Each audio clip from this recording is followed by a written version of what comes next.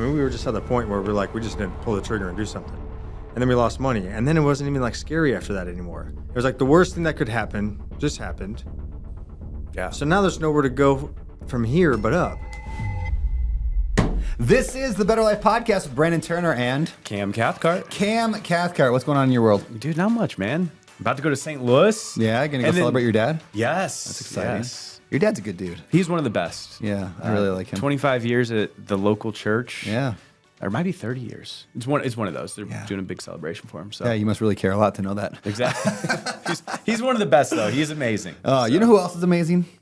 Jeff and Megan Ahern. Jeff and Megan. Jeff and Megan. Our guests on the podcast today are our good friends who actually have lived here for the last year in Maui, in our little community. We should talk, before we get into the interview, let's talk about our community real quick. We built something, and I'll give Alex Felice a lot of credit for this.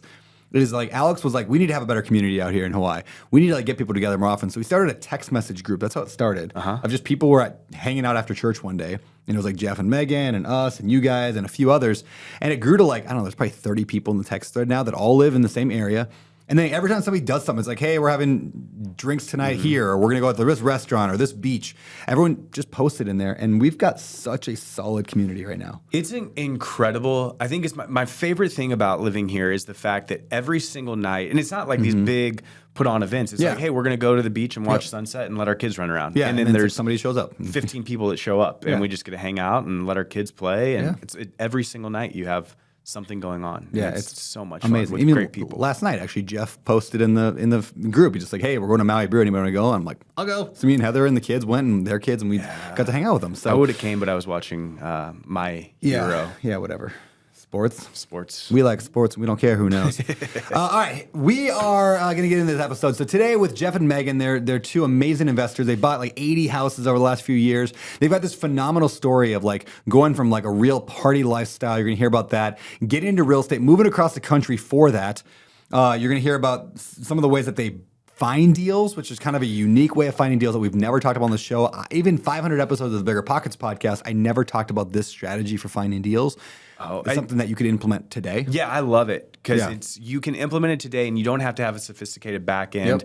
Usually, direct to seller marketing, you have to have a ton of different things set up. This, you don't have to have anything set up. It's really pretty brilliant. You're going to learn about that today. You're going to learn about how they fund their deals, getting up to 100% financing from local banks. Some of the things that they've done, the tricks around that. Megan's got this part-time side hustle that she makes like $100,000 a year doing, and she works. I think she said 0 minutes a week on it. Yeah, which is just unless an old client calls. And then she just passes her off. Just pass out. Yeah, it's super cool. You're gonna hear about that. Something else you could start in your own market. They talk about how they spent a whole lot of money and then they failed on their first deal. We're gonna learn about that. And we're gonna learn about the 7plex from hell and a lot more. So I'm just giving you a lot of teasers. It's a long one, but it is good. It's I think our longest episode of this podcast ever. But I want to encourage you. The entire thing is chocked full of information, advice, humor. Weeping, all sorts of good stuff. Yes. Cam was weeping. I was bawling my eyes out. It's going to be great. So without further ado, let's get to our interview with Jeff and Megan Ahern. Jeff and Megan, welcome to the podcast, guys. Hi. Thanks for having us. What's up? You guys excited? Yeah. This is fun. So for those who don't know, Jeff and Megan live out here in Maui, and or at least for another 5 days or something like that.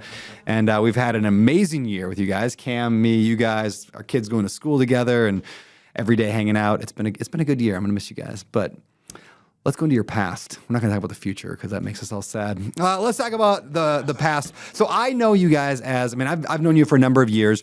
I know you're real estate investors. I know you buy a lot of stuff in the Midwest. I know that...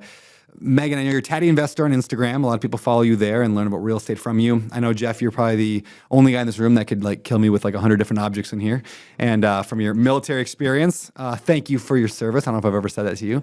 I know you've jumped out of an airplane almost, 150 times, something like that. Some crazy. Quite a few times, and all of them were successful except for one. We'll talk about that maybe. Whew. So I know you guys are just rock star real estate investors doing a lot of the burst strategy, doing a lot of 100% financing, which I'd love to talk about. I know you've talked to the tribe about that before, Megan. But take us back before all of that. Who was Jeff and Megan? Take us way back. Way back. Way back. Before you even met. Who are you individually? When we start with Megan. I grew up in Southern California.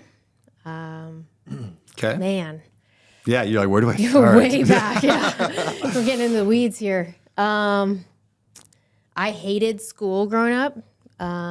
Hated being told what to do. I homeschooled myself for my senior year because I wanted to start working full time. Was working like 80 hours a week. Moved out quickly. Made a lot of bad choices as a young adult. Got addicted to drugs and became an alcoholic. And that was kind of in the phase when I met Jeff. He was stationed in California as a Marine. And it was a match made in heaven. Yeah, like, Marines know nothing about alcohol in the Marines, right? No booze there. No. All right. I don't know how to party. Yeah, no. So Jeff, what about you? Give us your background before that. So I grew up in Alaska, and I was just played outside out in the woods and went to school and swam. So I was like a competitive swimmer growing up. I did that, and that kind of led me to basically I got to at this crossroads when I was at college because my swimming career came to an end at that point because they didn't have enough talent or enough interest for a men's team that year. And I just always thought I would just go to college like everybody else and just keep swimming and kind of doing the thing. Well, I couldn't swim, and so I did a semester of college, and I was like, what am I even doing here? So when it was time for the next semester, I was like, I have no idea what I'm doing or what I want to be when I grow up. And I started drinking. I started smoking a little weed every now and then. And I was like, man, I'm going to just become a statistic here in Alaska and get stuck. Just like everybody else, like there's the worry. So I just signed up and joined the Marines. And Can I tell a quick story about your swimming? So we went tubing, was it last summer, out on a boat in Lake, I think Coeur d'Alene. Was that tubing? Yeah, it was in Coeur d'Alene, right? And I think was it Harper or Piper fell in the water? Pipe flew off the boat. Yeah. And Off the boat. Well, no, it's off the tube. Off the Oh, tube. okay. So she's like out there in the middle of the water. She's got a life jacket, but she's she's 4 screaming. years old. Yeah, 4 years. Or no, She's- three. Three. Three at a time, yeah. Three. So she's screaming. So Jeff is the hero. He dives off the boat, and then she's probably, 100 yards away. You got there in less than a second. I've never seen anybody swim as fast as that man swam. Like, my mouth was open. I was like shocked. Like, how did he get from there to there? I'm just watching him like a bullet in the water. So you clearly didn't lose your swimming ability. It's like riding a bike. The endurance will definitely fade, but the technique stays. Yeah. All right. So where'd you guys meet? We met at a music festival. Okay. Okay. Do you remember who was on stage when you met? No, we were not at a stage area. We were all just hanging around. But I was trying to find my friends. I was with my best friend Sean and trying to find our friends Jeff and Ty, and couldn't find them because it was so busy. There's no cell service. We're trying to link up with them and we can't. So we're like, how about we just find a couple of halfway looking, normal looking individuals. And right then, Jeff was, we found Jeff. No, I It was great. qualified. I qualified as They halfway look normal halfway looking. normal. All right. It Yes. ended up Halfway. being a different Jeff and Ty. And we were like, what? Yeah. This will work. It's good enough. Yeah. And hung out all night. Yeah. It's fun. That's cool. All right, so let's bump forward then into your real estate. So where did that even idea come from? You're like, I'm going to change my life and buy real estate. You went from partying and drinking and marining. We both do not do well with authority, and we both don't like being told what to do. We're both middle childs, so we have that very independent nature. So I think that when it was coming up to be that my career was ending after the injury, and we had to figure out what was next.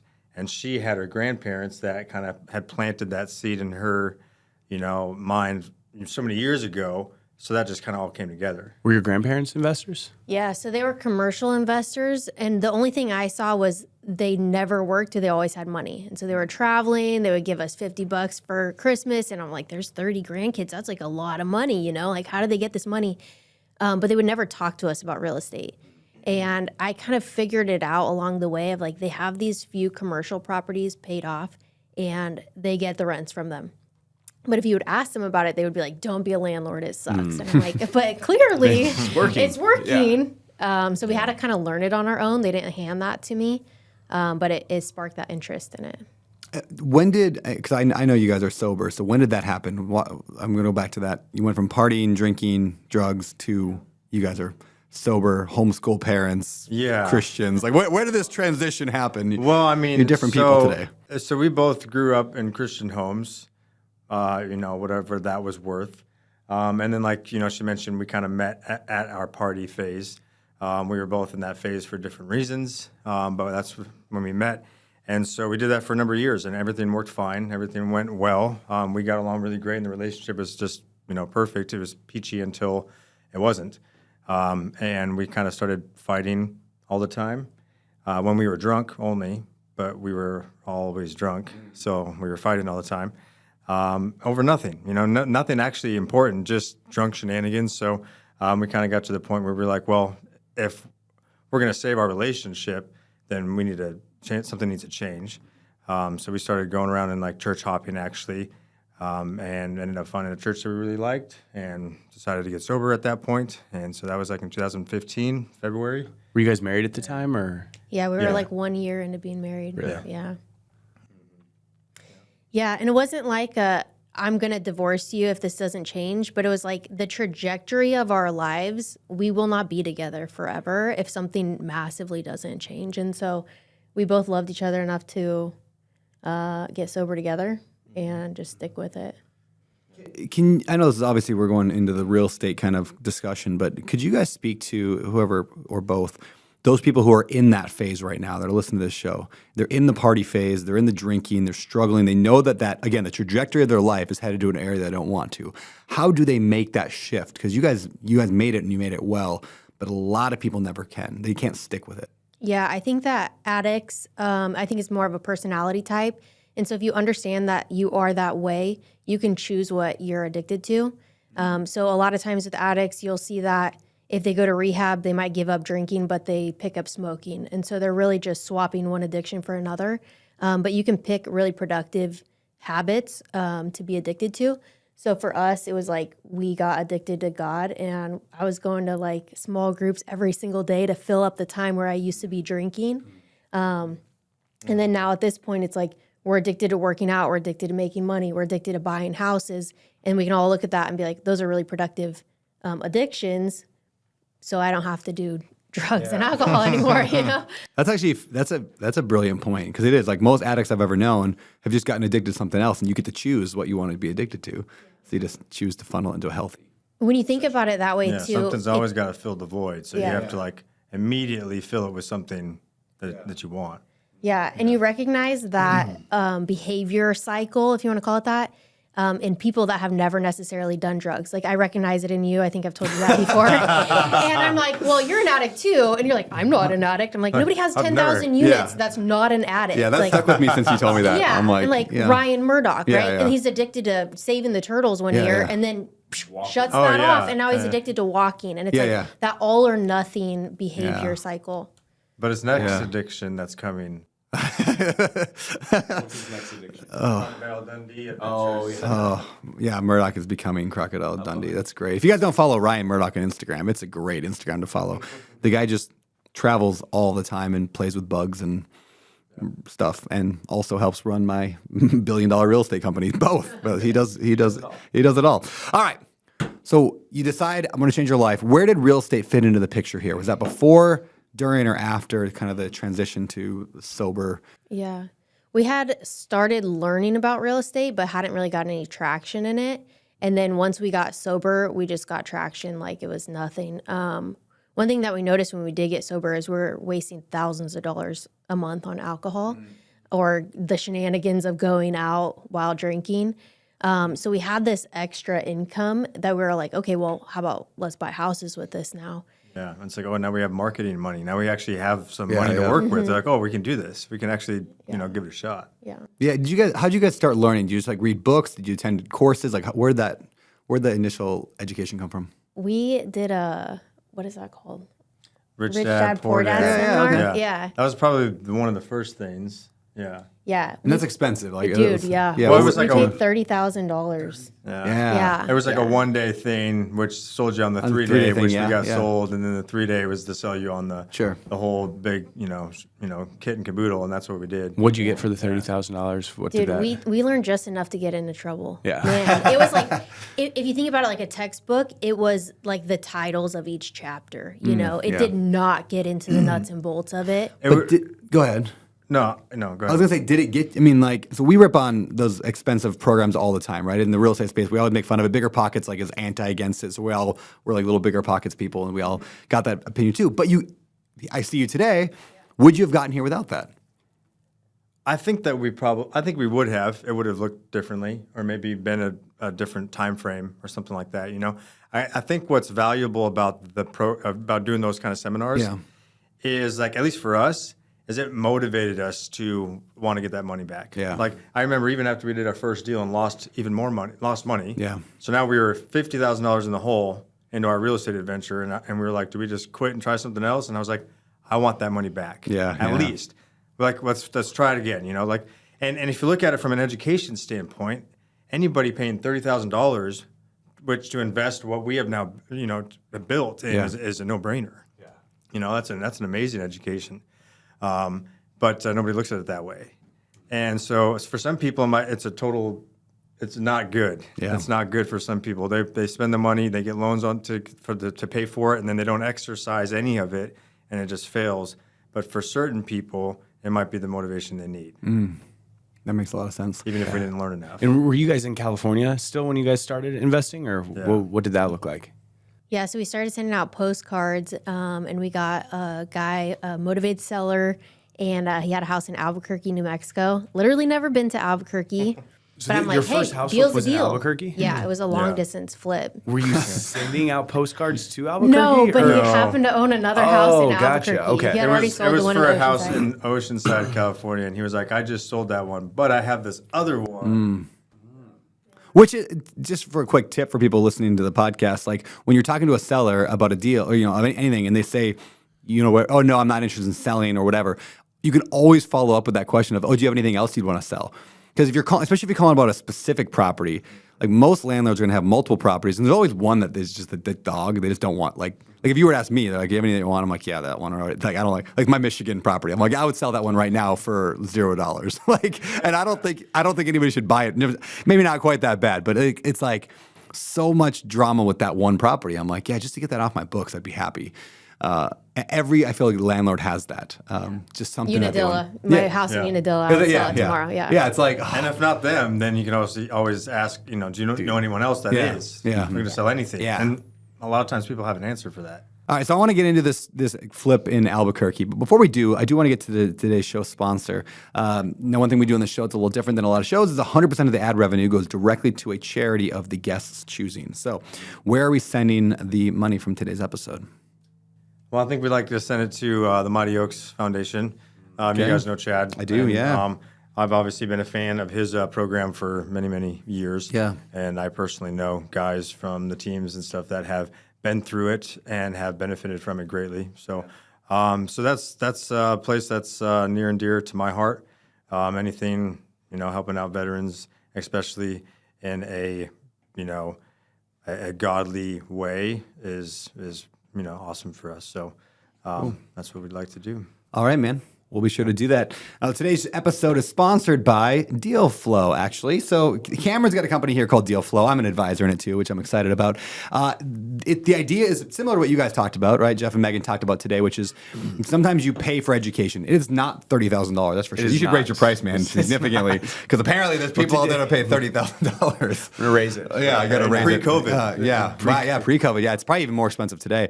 But anyway, Deal Flow is a ridiculously high-level program that walks people through beginning, middle to end to build not just to flip a house, but to build a house flipping machine or a wholesaling machine or a burr machine. Basically, how do you get continual deals in the door all the time? And Cam just holds people's hands. It's a small group, but it's a powerful group, and you've helped a lot of people already. So. Yeah, it's been a blast. When we get into the nuts and bolts, it's not just Yeah, it's not subtitles just, of the chapters. chapters We and get titles, into the nuts so. and bolts of how you can build a real estate investing company. Love it, man. Well, where do people go to learn more about DealFlow? Dealflowrealestate.com is probably going to be your best bet. You can also DM me on Instagram. I'd love to chat about it. So, All right. Very cool. Yeah. All right, back to you guys. Albuquerque. Yeah. Tell us about Albuquerque. What went right? Weird What Al went song, wrong? Albuquerque. What's it? I think so. What's that? Weird Al? Yeah. Yeah. Oh, yeah, it's got the a first thing song that pops called in my head every Albuquerque. time I, It's just like an even when we were 11-minute like song. talking about buying it. Yeah, I was a big Weird Al fan back in the day. Have you guys seen the new Weird Al movie? The one with No. No. Yeah, there's a movie about Weird Al, but it's not. It's the guy who played Harry Potter. What's his name?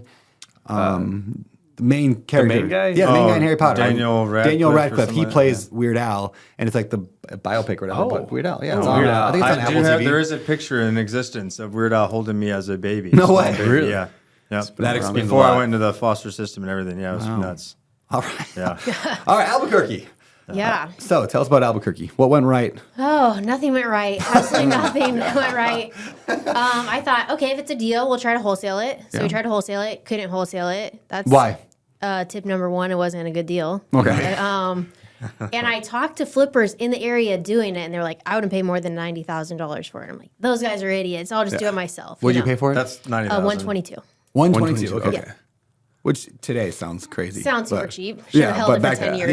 Yeah. Did you go before you bought it? Did you guys drive down there and No, I had walk it? Or? 6 camera phone pictures.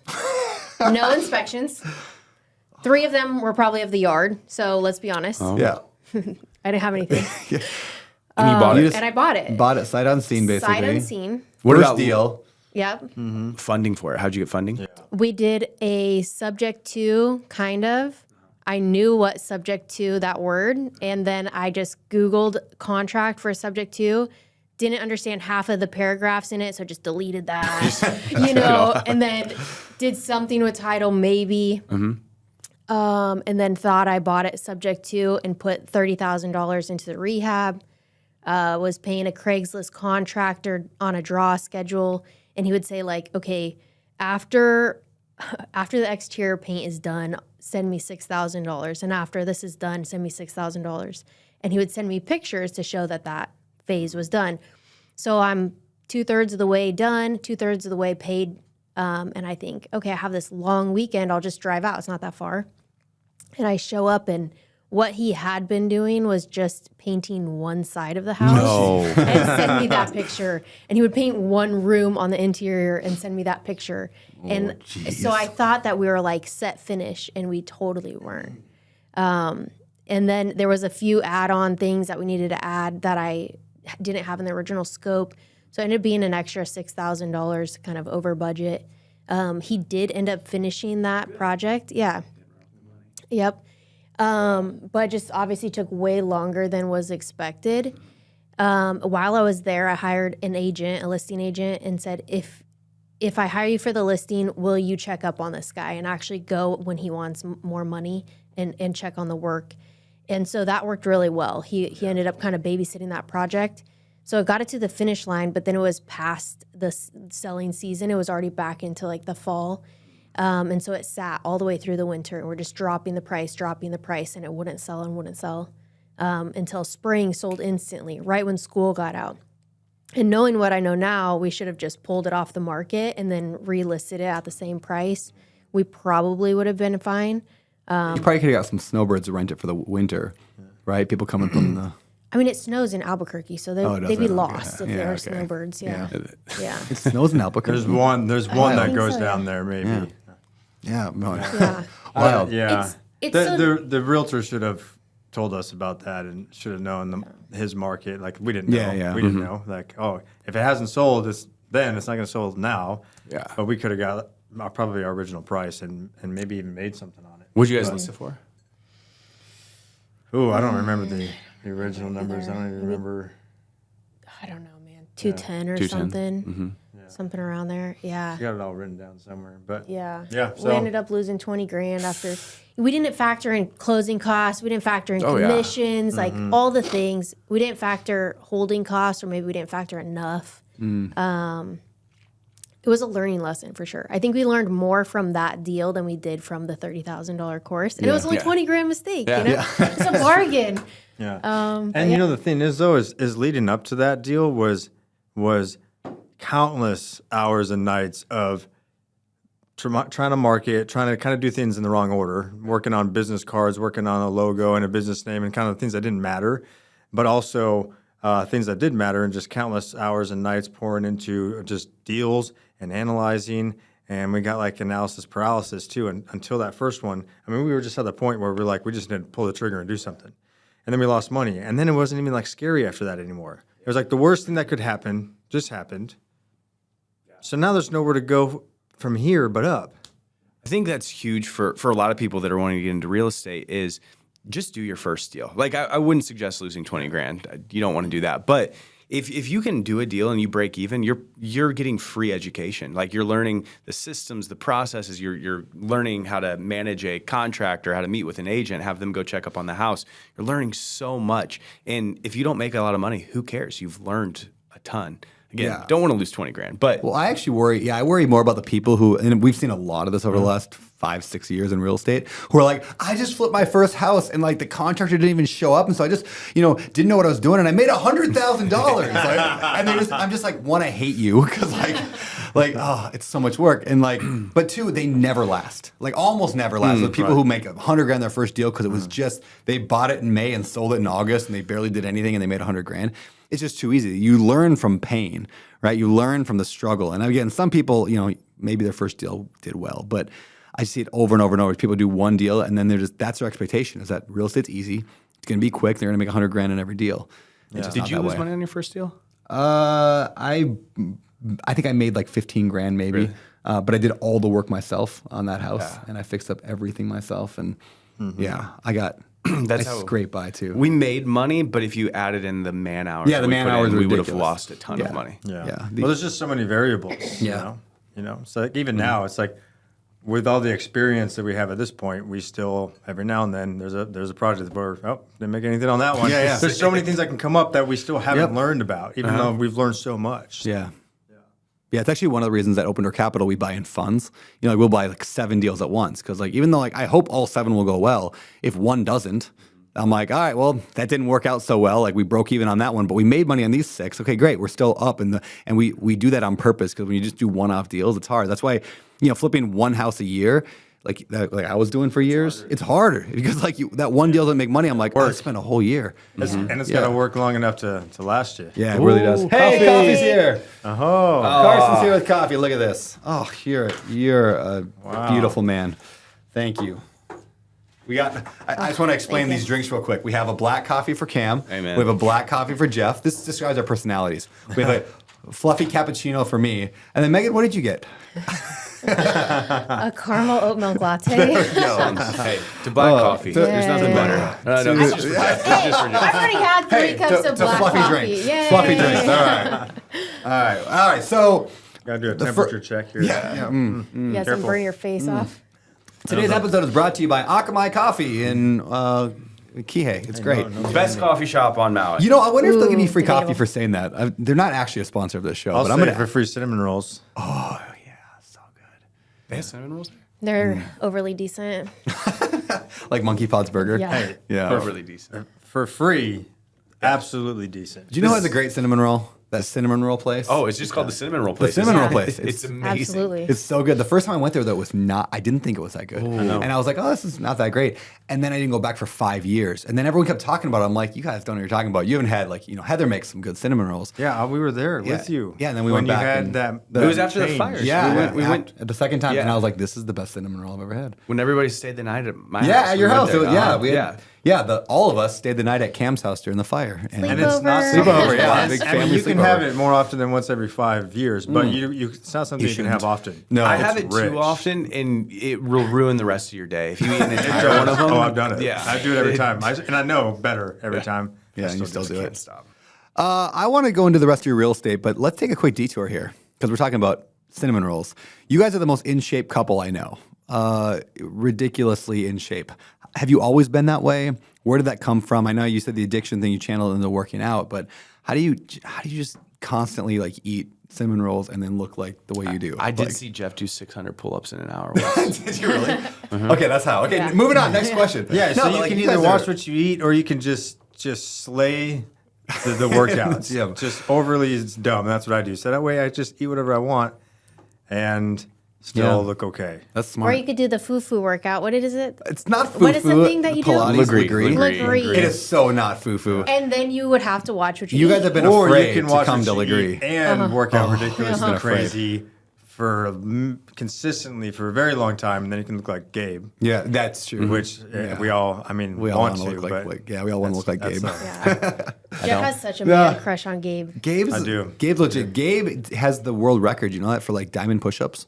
yeah, we were like just that? talking about Yeah. that when he was here. Yeah. Yeah, guys. He also, I've never seen him eat food, like actual food. It's just always like protein bars and like squirrel food, you know, and he has no joy. Like he doesn't eat cookies. You know what I Gabe's mean? the happiest I person I don't know. know. He has joy, but like, man. But he doesn't have indulgences See, like Absolutely. cookies. That's the Zero. reality that we have to have in our minds, is that he has no joy. So it's, Yes, yeah. there's a reason. Yeah, you There's a have to reason put why down. I'm not doing that. Exactly, you have to put down people who are you're jealous of, or else Yeah. like you just can't handle it. That's why people are like, "Oh, real estate investors suck," because they're just jealous of us, jealous right? of us. We're gonna go with that. In reality, though, I was 15 pounds lighter when you met me than I am right now. Yeah, you had like a 8-pack. mean, I did. yeah. I had a serious 6-pack. Yeah, Post yeah, 3 it was kids. Like solid. that's amazing. You know what I had to do? Work out 8 times a week. Yeah.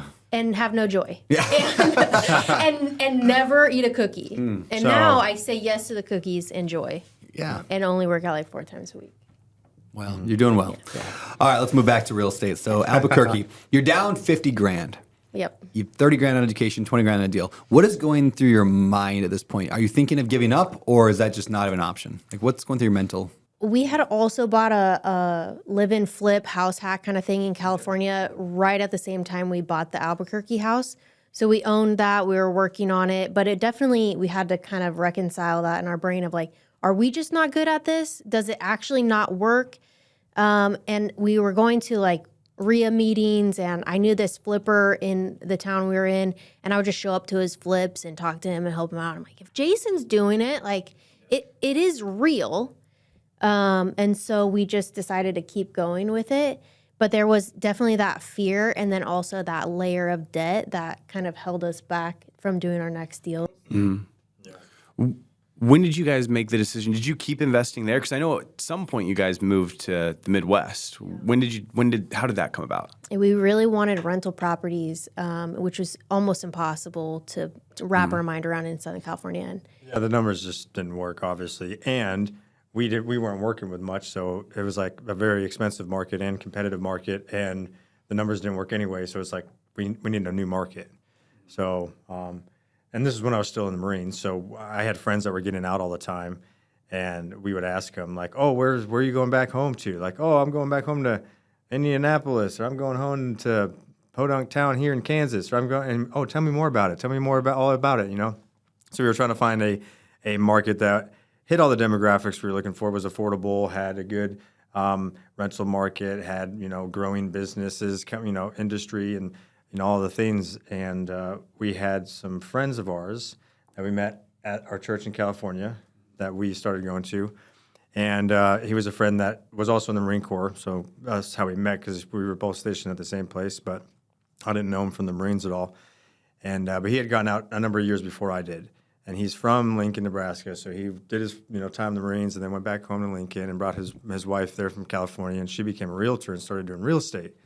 And so she knew what we were looking for, and she knew what our vision was and our dream was. And I think she called Megan and was like, "You guys should come out here to Lincoln and visit. I think this is what you're looking for, and you should check it out." And so we came out in 2017 in September, got to see the eclipse then. The totality, and it was Lincoln was cool. right there in the path of totality, and Megan flew out there to go check it out.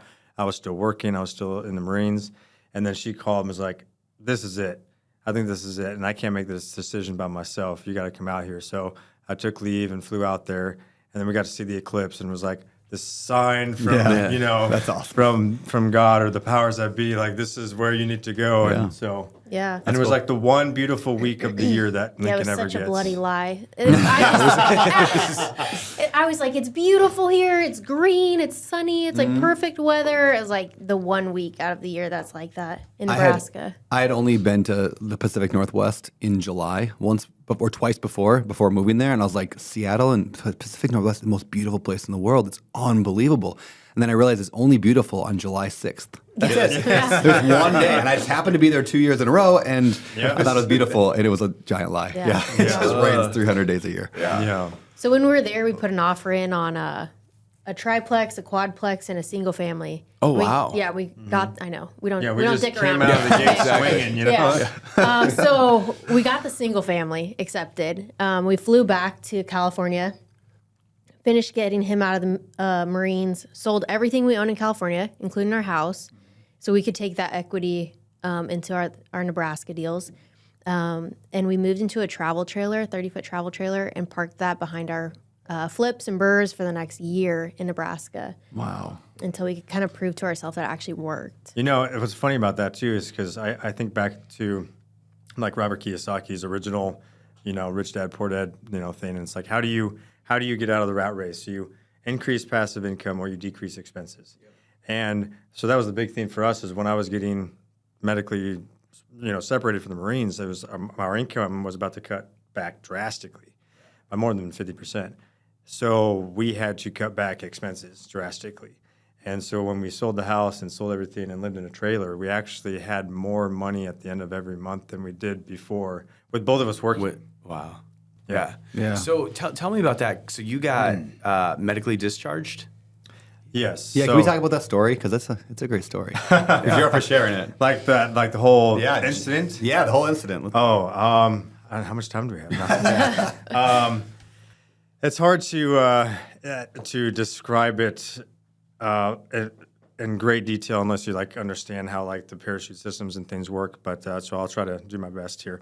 But basically, there's two types of parachute systems. There's what recreational skydivers use, which is just a actual freestanding parachute. They jump out of the aircraft, and then when they're ready, they would grab their HDPC, their hand deployed pilot chute thing, which is in the back. They throw that out, and it's a little bag that catches wind and deploys their parachute, and they just do that at whatever altitude they want. That's what we mostly did, except in the military, they also have static line parachute systems. So that's when you can teach a monkey how to exit an aircraft because they don't have to learn how to fly and do all the things in the air. The line that they have gets hooked into a cable in the aircraft, and when they jump out of the back of the aircraft or the side or whatever, it deploys their parachute immediately. So you just jump out and boom, oh, I have a parachute. Oh, and I'm falling to the ground. So it's how they did it back in the day for the invasions, like in Normandy. It's what they have done or practiced for many, many years, and it's an art that is dying and will probably never be used again. But they're having a hard time letting it go. But anyway, But the government's having a hard time letting things go. Yeah. Okay, weird. Yeah. So anyway, I was jumping one of those systems, and so when you have a bunch of guys jumping out of the aircraft, those lines are still attached to the cable with the deployment bag that once had the parachute in it. That's now dangling out of the back of the aircraft. They're just dangling back there, and you got the jumpers all going out. Well, I was exiting out the back, and the wind caught one of them kind of weird, and it looped down in front as I was you basically just fall out the back. And it caught me around the neck and made me flip through and go into my risers as everything was deploying and coming out. And, so we were only at 1,500 feet, so I didn't have much time to work through the problem and see what happened. I got rocked pretty good. Didn't really even know what happened. And by the time I realized what was going on, and I realized my canopy was out, but it wasn't open, it wasn't deployed. I just kind of panicked and went to go pull my reserve. And fortunately, when I looked around, I saw that the other jumpers had already lowered their packs, which was the procedure was to do that at 500 feet. And you don't want to deploy your reserve at less than 1,000 feet. So I kind of was like, ooh, I don't have enough altitude to get my reserve out. I need to just fix the problem.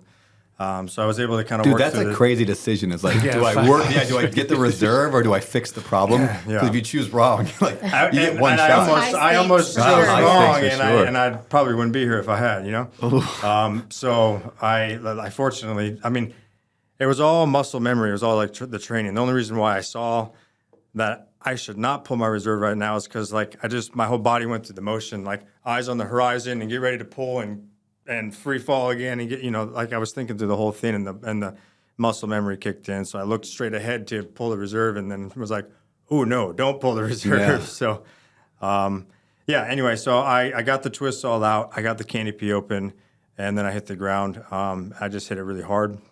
And I don't remember anything really after that until I was in the hospital, laying there. And that's like, I was conscious the whole time, but I got a concussion. So I lost some stuff. So that messed up your back pretty bad, or is that? Yeah. So it wasn't an injury that was noticeable right away.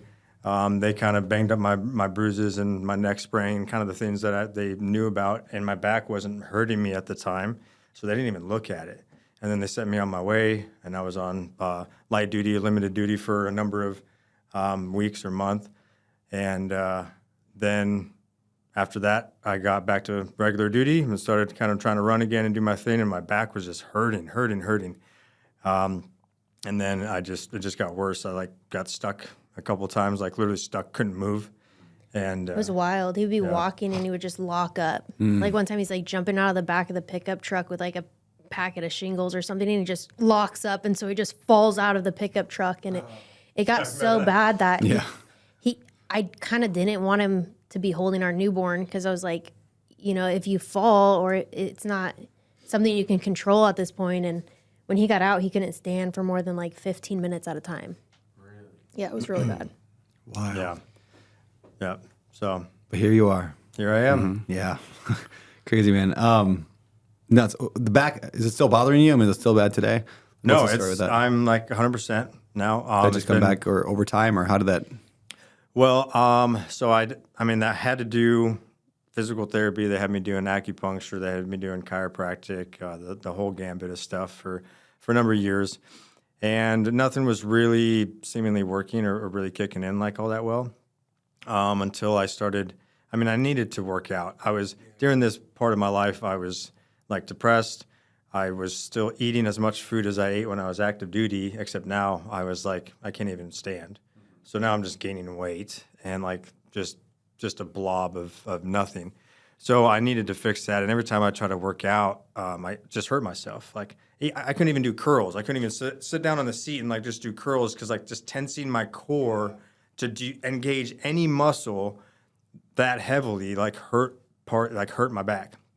And so I started trying to swim, and swimming was a good way to exercise and stay in shape that was low impact and didn't hurt. And I was like, oh, yes, this is great. I miss swimming. I loved it so much, growing up.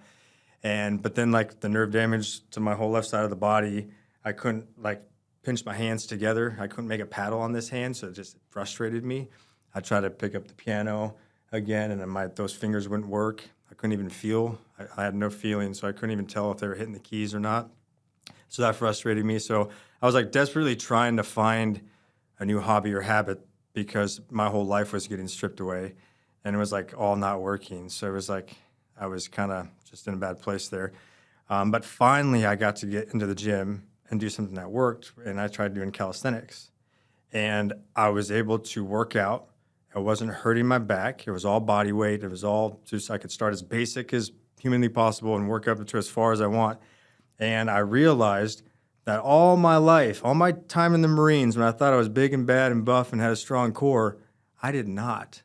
I did not have a strong core, and calisthenics taught me that. And through calisthenics, mostly, I got a strong enough core that it just completely took all of the work that my back was trying to do off of it and made it way better.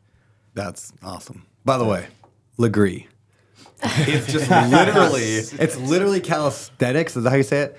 But slow. So it's very slow, but it's exactly that. It's body weight, just ridiculously good core. So before you leave on what Jeff is talking about, just to let you know, it's not that. It's I've seen you work out. I've seen him work out. Yeah, I've seen him do that.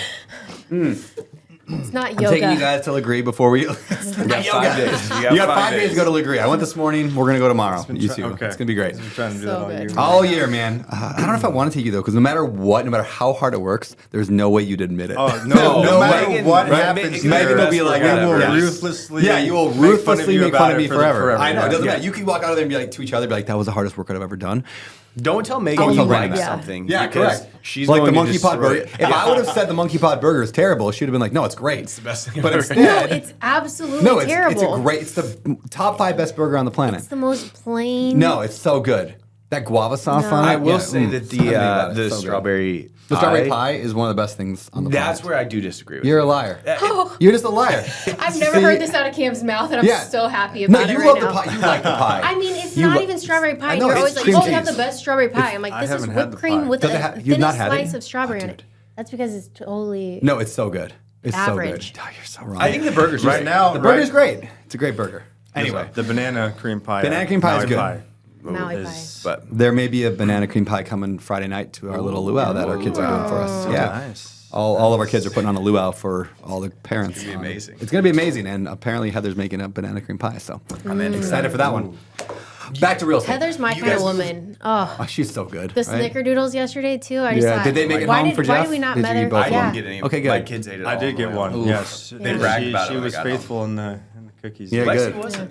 She ate yours. No, Yeah. my kids did, and they told me that there was one for me and that mommy let So them have she it. didn't. Oh, she just didn't watch them. Yeah, she closely. didn't care about me. She didn't care about you. Indirect. All right. Indirect. Your real estate. Let's All go right. back to your.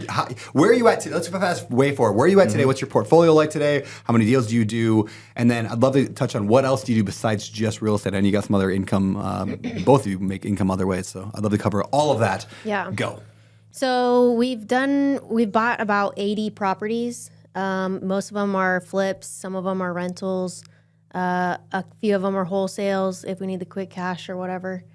But that's not necessarily our main business model. And then we own about 25, 27, something like that, rental units. Some are MTRs, some are sober living, MTR meaning midterm rentals. perfect. And that's a very new thing for us. We started doing that in the last year. Sober living? Midterm rental. rentals, okay. Yeah, that really optimized our cash flow for sure. And then we do sober living. We have 4 of those sober living houses, and then a lot of long-term rentals. Yeah. Let's Do you, go ahead. do you do midterm rentals in Lincoln? Yeah. And is it like I just don't feel like Lincoln's a place that I guess they need nurses and they need. Yeah, and people come in for the colleges. We have 3 main colleges there, so we have like coaches that come in and they are going to coach for a season, but they don't know if they're going to stay long term. Or you still have like a lot of like home buyers, especially in the higher price home points, where that are like trying to sell a house and buy something else, but just want to have like a nice place to stay in the meantime and not have to be contingent on their new offer or whatever. Just sell, get their money, get settled in somewhere, find the next house, and have all the time in the world to do that. So, yeah. So tell me about sober living houses. I don't know a lot of people that do that, but you guys seem to be really good at it. So what is that? How does it work? How do you make money from it? Yeah, sober living houses are kind of weird in that there's 100 different ways that people do them. There are some for-profit sober living operators that they'll run the whole programming. For us, we want it to be very hands-off, so we rent to the Oxford program, and the Oxford program runs the programming and fills the beds. So for us, it's You don't have to operate. We don't have to operate Yeah, at that's all. cool. So it's just Yeah. a master lease to. Yeah, so it's a 2 to 3 year lease for a full amount monthly, and then from there they charge their tenants or guests or whatever per week and per man, and that creates an overage in their account, so that even if it's half vacant, they still are able to pay the rent to us. What would you say like a sober living house rents out for more than if you were just to rent it on the regular market? Yeah, it's kind of hard to like gauge that because what we're renting is usually like 8-bed, 3-bath houses. And so it's like, what would that rent to for a family? There's some sort of law of diminishing returns. Like once it's over 5 bedrooms, it doesn't matter. You're not, you're not going to be able Yeah. to just add that amount per bedroom forever. Except with Section 8. Section 8 will just keep increasing based on our bedroom. That's actually pretty wild if you look at the numbers for Section 8. Just throwing that out there. Not every area, but there's some areas where it's like... I wonder what the success rate is. I know super high. But I interviewed a guy back on Bigger Pockets, Joe Samoa, and his whole strategy is to take a house and then like put like 3 more bedrooms in the basement, have like 8 bedrooms. And he pointed this out, and I looked in Maui, and it's totally true here, where it's like, let's say Section 8 will pay... $5,000 a month for a 3-bedroom. They'll pay $5,500 for a 4-bedroom. They'll pay $6,500 for a 5-bedroom. $8,500 for a 7-bedroom. $10,000 for and it just keeps going up until you're like, this is ridiculous. Wow. It's because like there are families with 7, 8, 9 kids, and there's no houses for them. So it's just supply and demand. The value. So Section 8, sometimes, I'm just throwing it out there, it works the opposite way. Yeah, I don't know if we have that issue. Yeah, I don't know if you have that in Lincoln, because you have, Midwest has massively big houses too sometimes, like it's just cheaper building, versus Hawaii, which everything's a studio or 1 bedroom, so. It's so nice about buying those too, because you can find them on the MLS usually. Like nobody wants that big of a house. So they just they're 130 years old, they need a lot of work and... What would a typical like sober living house look like? If you were to break down the numbers, like just explain one, what you bought it for, what you put into it, what it rents for. We bought one for 220. We put 20 into it, and then it rents for $3,000. Yeah, and that is a 12-man house. And do you have to furnish it, or does Oxford? No, they do that. They do. Yeah. Wow. Yep. Why not get into the operation game? Because there's probably a lot of money on that side of the business too. Oh, I'm sure there is. Yeah. I care about my time more than I care about that. Yeah. I think that when you run a for-profit, whether it's a sober living house, or I've even talked to operators that do like battered women's houses, the problem is that you have rules, which would be best case scenario, and then you're a for-profit company, so your main goal is really to keep the beds filled. So if one guy relapses, starts using drugs again or whatever, the rule should be kick him out immediately, because people in recovery, when they relapse, it's almost like a catching thing. The whole house will relapse if you let them stay. But if your goal is to keep beds filled, then you want maybe we could just work with them and try to work something out, and it ends up being a really unhealthy for the whole house. So Oxford House, I like that it separates those two things. Oxford House only cares about the health of the house. They will kick out the entire house and not care about that. So when we separate those two kind of goals, I think it works better for both of us. And is Oxford House is a nonprofit? It's like a pseudo-government organization. It's been around for like 50 years. The government gives a $5,000 grant to open one. And then there isn't any real profit along the way. Gotcha. Yeah, I interviewed on the show, the Better Life podcast, Brandon Novak, who's a guy from like BAM, Viva La BAM, and Jackass and stuff. Anyway, his whole thing, he's a sober house guy, sober living house too. He operates it differently. Well, he operates them at least somewhat, but his is basically a nonprofit. He only charges just enough to get by. It just shows you there's other models. Like he doesn't do it as a profit thing, other than maybe appreciation on the property, but he's not running it as a thing. But anyway, just if people want to listen to more about sober living, go check out episode 39 of this podcast with Brandon Novak. It was an awesome show. And what else are you guys doing for income then? I know you both have kind of businesses that you run. Yeah, I own a staging company. So we stage about 80 to 100 houses a year in Lincoln. Can you talk about the economics around that a little bit? Like how do you make money as staging? I've always heard that's like a break-even kind of a business, but you seem to do really well on it. Yeah. The difference is most staging companies own all their product, and I rent a lot of our product. So the big furniture. So what that does for us is it allows us to have a lot less overhead and only one employee. Whereas usually if you're moving in a couch, you would need 2 guys that are capable of doing that, and then usually a female that is going to tell you where to put the stuff and make it cute, right? But we don't have to have the 2 guys moving the couch, because we rent the furniture. We rent the big stuff. The other thing is we don't have to have the truck. We don't have to have the insurance for the truck. We have way less storage. We're able to keep our storage much more organized. So we're able to stage a house in 2 hours and then tear down in probably 1. It's super quick for us, so there's not a lot of labor going into it. And to be honest, she built the systems around just being exactly what it needs to be successful as staging. Not more, not less.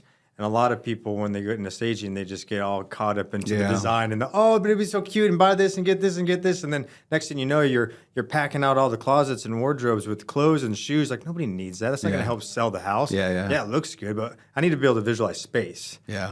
Not see these fake wardrobes, like. That reminds me of like flipping too. Is like flippers will oftentimes just put in the granite countertops or the quartz countertops when it really just needed laminate because that neighborhood just needs laminate, or they'll put the cherry hardwood floors instead of just whatever because you get caught up in that. Like, I just got to make it the best I possibly can versus what's right for the situation. Yeah, it's kind of that E-Myth thing too. Is the people? I hate to rip on women, but usually the women that open staging companies, they want that because they like making it so cute and they like buying all the stuff. And I started a staging company because I wanted a cheap stager to stage my flips and couldn't find it. So I saw this void in the market, and then I just worked backwards. Like, how can I do this the most simply and cheaply as possible? Started staging my flips, started staging Jeff's listings, and then started doing it for clients. And so then it's not, I don't love staging. When I first got into it, another investor that I know was like, this is a complete waste of your time. I'm like, yeah, it is, but I'm going to do it anyways. But I didn't just love doing it. It was just, how can I do it simply? How can I do it efficiently? I think there's actually so much value in not loving what you do. Yeah. Right? It's the opposite of what people say. Like, love what you do, love what you do. Yeah. But if you don't love what you do, then you will find a way to systematize. If you can stick with it, you'll find ways to systematize it, get yourself out of it, build a business around it. And I think when you fall in love with the business is where you get trapped into working in the business for the next 50 years of your life. Yeah, there was definitely some resistance in her to starting a staging company because, that's just not really who she is. It's not her personality. And even after she started it, I used to joke all the time. Be like, look at you, like, got your own staging company now, doing design. Like, talking about, I can't take you to IKEA without you being like, saying, oh my gosh, so cute 500 times, and, but she got out of it real quick. Yeah. She did not enjoy it. Yeah. And she built systems that got her out very quickly, and that's what makes it work. Yeah. So she doesn't even stage houses unless it's vacant. She's got a very small niche, and she knows exactly what it is, and it works really well because of that. How much time do you spend on that company? Zero. Zero. Literally Really? zero. Yeah. Do you guys Every do once in a marketing or anything while- for that, or is it Passively. all just Every through once word in of a mouth? while, like an old client will call me, and then I'll just make Natasha call her back. Really? Yeah. What kind of money can you make from something like this? I mean, like, I don't know if you exact personal income, but like, are we talking hundreds of dollars a month or thousands of dollars a month? Like, what? Thousands of dollars a month. Like, yeah. you make a full-time income somebody could off this. Yeah, absolutely. awesome. Yeah, Yeah, she does. yeah. I make almost $100,000 a year off of this business that I don't touch at all, which is magical. It's amazing. Yeah. That's awesome. My flips I still have to touch because there's so many variations. But for me, building it, I was like, I want to be the Chick-fil-A. Like, there are a few options. You want pickles? You don't want pickles. That's it, And so if you build it out a certain way where it's like a house needs this, this, this, and this, it's like a list, then it's not art anymore. It's just grab those items, bring them in, and there's almost like a formula. Then I don't have to be the one designing it and making it a certain way. Yeah. That's amazing. Awesome. How much does it cost to stage a house? $1,500 for the first month. Yeah. Really? And then less for subsequent months. Yeah, it's like $500 for every 2 weeks after that if they need extra time. Yeah. Yeah. And what's cool about the home staging business is that there's so much evidence out there and data that supports when a home is staged, it sells for more than $1,500 a month more. Yeah, no, I $1,500 was a more. big naysayer on it too. Yeah. Like when she was first talking about it, I'm like, there's no way. Yeah, I might help some people visualize and this and that and whatever. You want to waste your time doing that.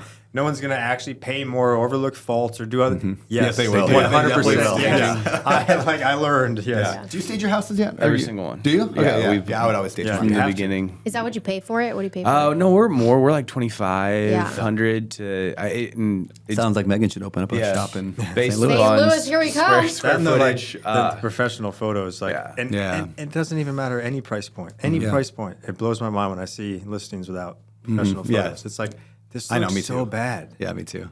Oh, yeah. Did you ever? $3.5 million Maui Meadows, and it has camera phone pictures. And I'm I know, just I'm like like, what are they banging doing? my head on the wall. I know at one point you had talked about making some kind of like training program around the staging business. Yeah. Is that, did you do that ever? Is that going to be a thing? This People guy want talk to you out of it? Yeah, this one guy talked me out of it. No, this guy Brandon Turner was like, if you can only do one thing really well, what would it be? And I'm like, well, I guess I gotta be just flipping houses and not fucking around with that.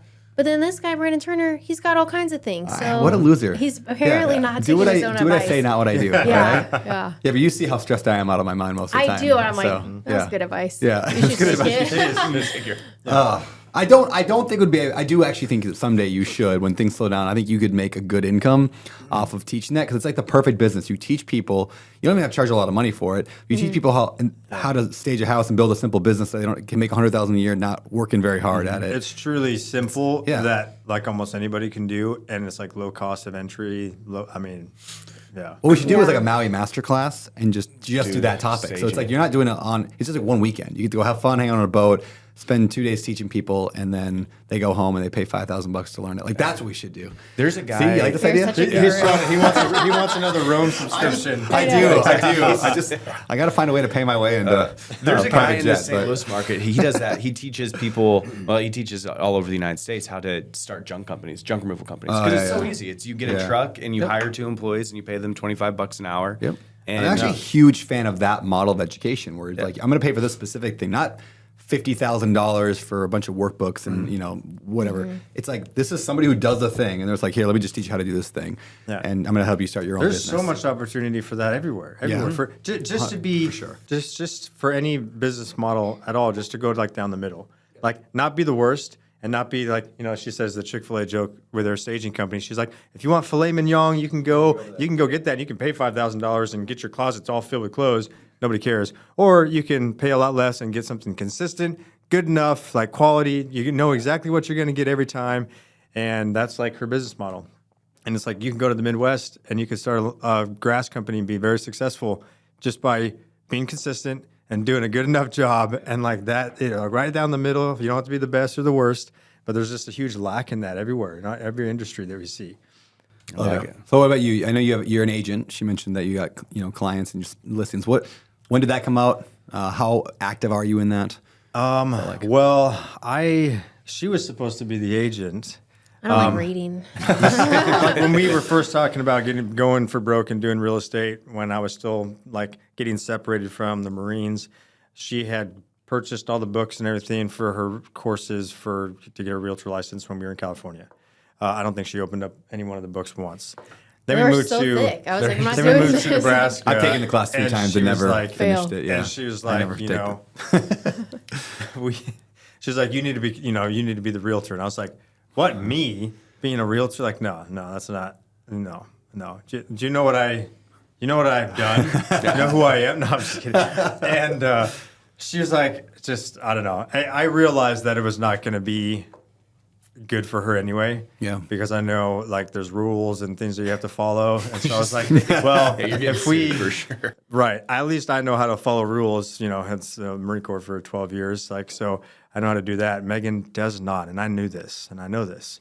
So I was like, fine, okay, whatever. I'll become the realtor. So we did it at first just to help out with like our own business. So we could, like, we were looking for stuff to buy, and even with our close friend being our agent, it was hard to like get her scheduled quick enough to get in there and have a chance. Because she's got other clients and other people's schedules she's working with. So we're like, well, at least we can just show ourselves houses. And we weren't doing a whole lot of listing or anything at that point. But so I went and got my license, and then just started kind of marketing and trying to get clients and things like that, and started working with clients. But right now, to this day, our number one client is our business. So we do a lot of buying and selling that way. And I have a lot of other people that I kind of help and have acquired along the way, people from our church and things like that. So it's probably maybe 40, 60, I don't know, 40% clients, 60% our business as the client. But Would you recommend people get their license that are listening to this that want to get into real estate? Should you get that? it depends on what they're trying to achieve, what their goals are. Like you certainly don't need it to invest. And in fact, it would probably be easier if you didn't, because you got all the rules and all the people, all the other realtors will try to get you if you do anything wrong or do anything like that, or put a Facebook post the wrong way or whatever. You're not advertising. There's so many things you got to worry about, and it's not really beneficial unless you actually grow it to make you more money and you use that beneficially somehow. So For so long, we had specifically me not a realtor because I would go on the seller appointments. And so I wanted to be able to just say, this is the offer that we'll give you. and not have any kind of a fiduciary responsibility to that person. And I wouldn't have to say like, I'm a realtor and you can get more for your house if you list it. And then probably, I don't know, a year or 2 years ago now, I got my license. And so I'm a realtor too. I just help Jeff. It's mostly his thing. But then the conversation just changes a little bit with the sellers, because you do have to say, just so you know, I am a realtor. And they're like, oh, I hate realtors. I'm like, all right, I'm going to take that hat off. Then I'm going to talk to you as an investor. I'm going to give you a cash offer for it of what I can pay for it. And I will tell them, like, you could get more if you list it. I'd love to help you out with that if that's the way you want to go, and kind of give them two options. But there are, people that we talk to that we get motivated leads, quote, quote, motivated, and they're not actually that motivated. So you can just kind of say, hey, you know what?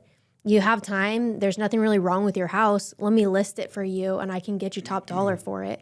And so we're just converting those leads two different ways then. Yeah. Yeah, it's honestly, there's so many, I mean, the wholesaling laws kind of changed during that time frame too.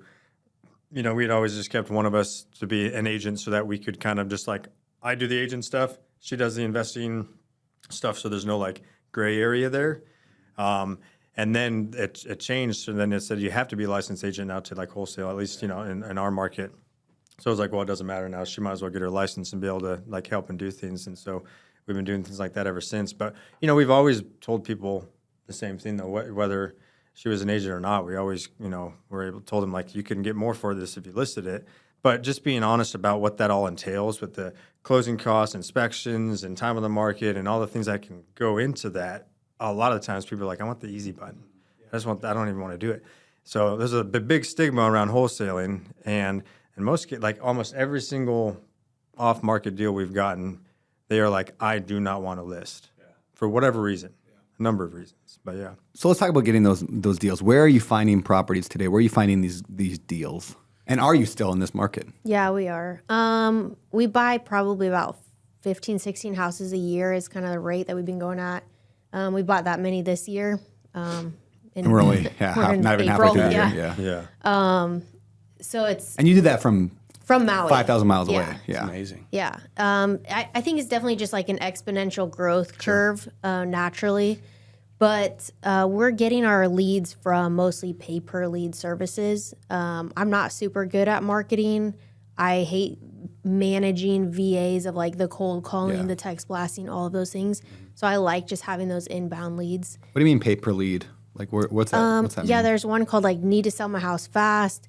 There's one called motivated leads. So there are companies that they're good at that internet They're marketing. good at that. They're good at the marketing. We do motivated leads and need to sell my house fast. We don't get anywhere near as much. Like we're probably 10 leads for every buy versus like direct mail. We get 4 or 5 for every buy. So we're probably spending $5,000. How much are you guys bidding on? So how it works is there's national companies that are paying for, Facebook ads, Google ads, SEO. Somebody types in that they want to sell their house. They click on the first link, and it's typically not a local company. It's a national company. They're just going to get your information, and they're going to sell it to Megan and Jeff or to me and Lexi. And so you go to like with motivated leads and with need to sell my house fast, you pick a county and you bid on the lead. So like in St. Charles County right now, I think it's at $450 a lead. And that's not a deal, it's a lead. It's a lead. So it sucks. Like you have to be willing where like, and they will refund you sometimes, but you have to be willing to where it's like somebody calls in and you can't make the deal work. It feels like you're just throwing away $500. But when 1 out of 10 works, then it's really like you're paying $4,500 exactly. for a lead. Yeah, Yeah, exactly. you got to figure out the math and what your conversion rate is, and but it almost, I'm sure it makes sense for almost everybody once you actually close one and get a conversion rate. What I love for new investors, not saying that you guys are new investors, but anybody that's listening to this is you don't have to set up any other form of marketing. If you want to find off-market direct-to-seller leads, you don't have to have a website set up. You don't have to have, call rail set up, all of these systems set up. The companies can do that for you, and they'll send you. We have it set up through Zapier and it uploads to our Podio, but they will just send you an email with the information, and you can call them. So you don't have to have all of this sophisticated back-end stuff. You can just pay a company to do that for you, and then you get direct-to-seller leads. So. If you had to guess, what's your ratio? You get 10 leads. You close 1, or is it 1 out of 10, 1 out of 20? Like what's a good? Within Lincoln, which is the big city, big for Nebraska, we close 1 in 10. And then outside of that, we close 1 in 4. 1 in 4. Really? That's Yeah. awesome. What do you guys pay for, like in Lincoln, what do you pay per lead? Those are usually between like 200 and 375. Because of that bid structure, it does like bounce around quite a bit. Somebody will come in hot and heavy and bid it way up, and then they'll spend too much money and they'll get 5 leads and no deals, and they're like, this sucks. And then they go somewhere else and it drops back down to where it should. But in the smaller towns, it's like $75. And you're closing 1 in 5? Well, yeah, it's it's like, amazing. It's a no-brainer. Yeah. Here, this is the craziest part. In Hawaii right now, for $100, you could get every lead in Hawaii. Yes.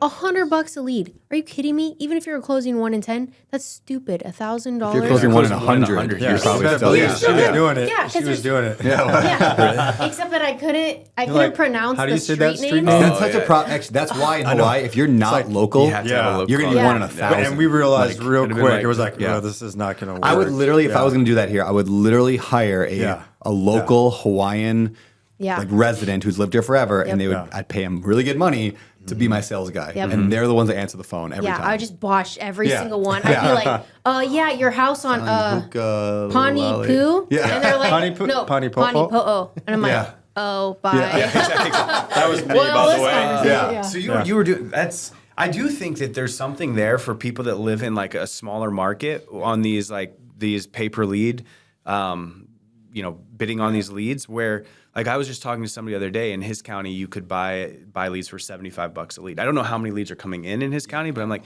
even like if you were spending 10 grand a month on that, that's what's 75 or 10,000 divided by 75.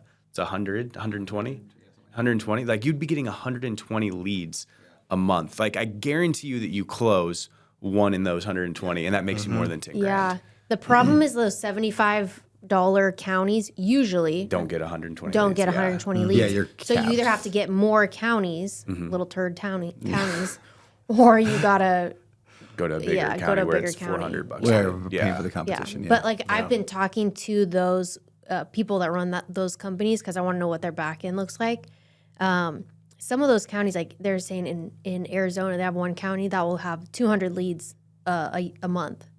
Yeah, but the counties that we have for $75, it's maybe like 1 or 2 leads a month. So you still can't scale up that well. Yeah. Well, let's talk about financing a little bit. Where are you getting the money for these deals? You guys just loaded, just paying them all cash. Bougie loaded. broke. Yeah. You know? we started with my severance from the Marine Yeah. Corps, which was like, I don't know, just shy of $90,000, I think. That was my gift for 12 years and a broken back. So they're like, oh, fine, here, since you couldn't retire, there you go. Oh, So close. Better luck next time, champ. Yeah, we flew through that seed money real quick. Yeah. though. Yeah, and then I think we had a little bit too from our live and flip that we did in California. So we sold that house and had some. So, we had give or change $100,000 to start off with, and that was it. Okay. So, what about today? What do you do? Now we do some private money lending, and then we do some hard money, and then our big thing though is I love working with small local banks to get 100% financing. I think that was a huge game changer for us. We were at one point flipping houses on 18% hard money, and they would finance the entire purchase and the entire rehab. So that gets old pretty quick. You got to get in and get out. Yeah. Clearly, it's 18% per year. So if you can do it in 6 months, it's only Yeah, and 9%. so when we were both working on it, we could get in and out in 30 days. Yeah. And then, another month for escrow or whatever. We were only getting like 2 months of payments for that. Yeah. But it's stressful and exhausting, and you always have that kind of burn rate of like, this is how much I spend per day on interest. And so you're like, we got to get this done. And we got hooked up with a small local bank that would do 100% financing, purchase and rehab for 4% at that time. And it was a total game changer. We just started buying like crazy. So how could you get them to do 100% purchase and rehab? Yeah, so they'll do a spec appraisal on the front end, and as long as we're under 80% loan to value, they'll fund the entire thing. So the spec appraisal, if you're under 80%, including purchase price plus rehab. Yes. So Yeah. gotcha. And they would fund the entire thing. And that's entire not thing. Wells Fargo, Chase Bank, U.S. Bank. This is No, small you local gotta go to community. small local banks. Like 1 to 5 branches is the main thing. It'll be like ours is Farmers and Merchants Bank of Ashland, like some no-name bank.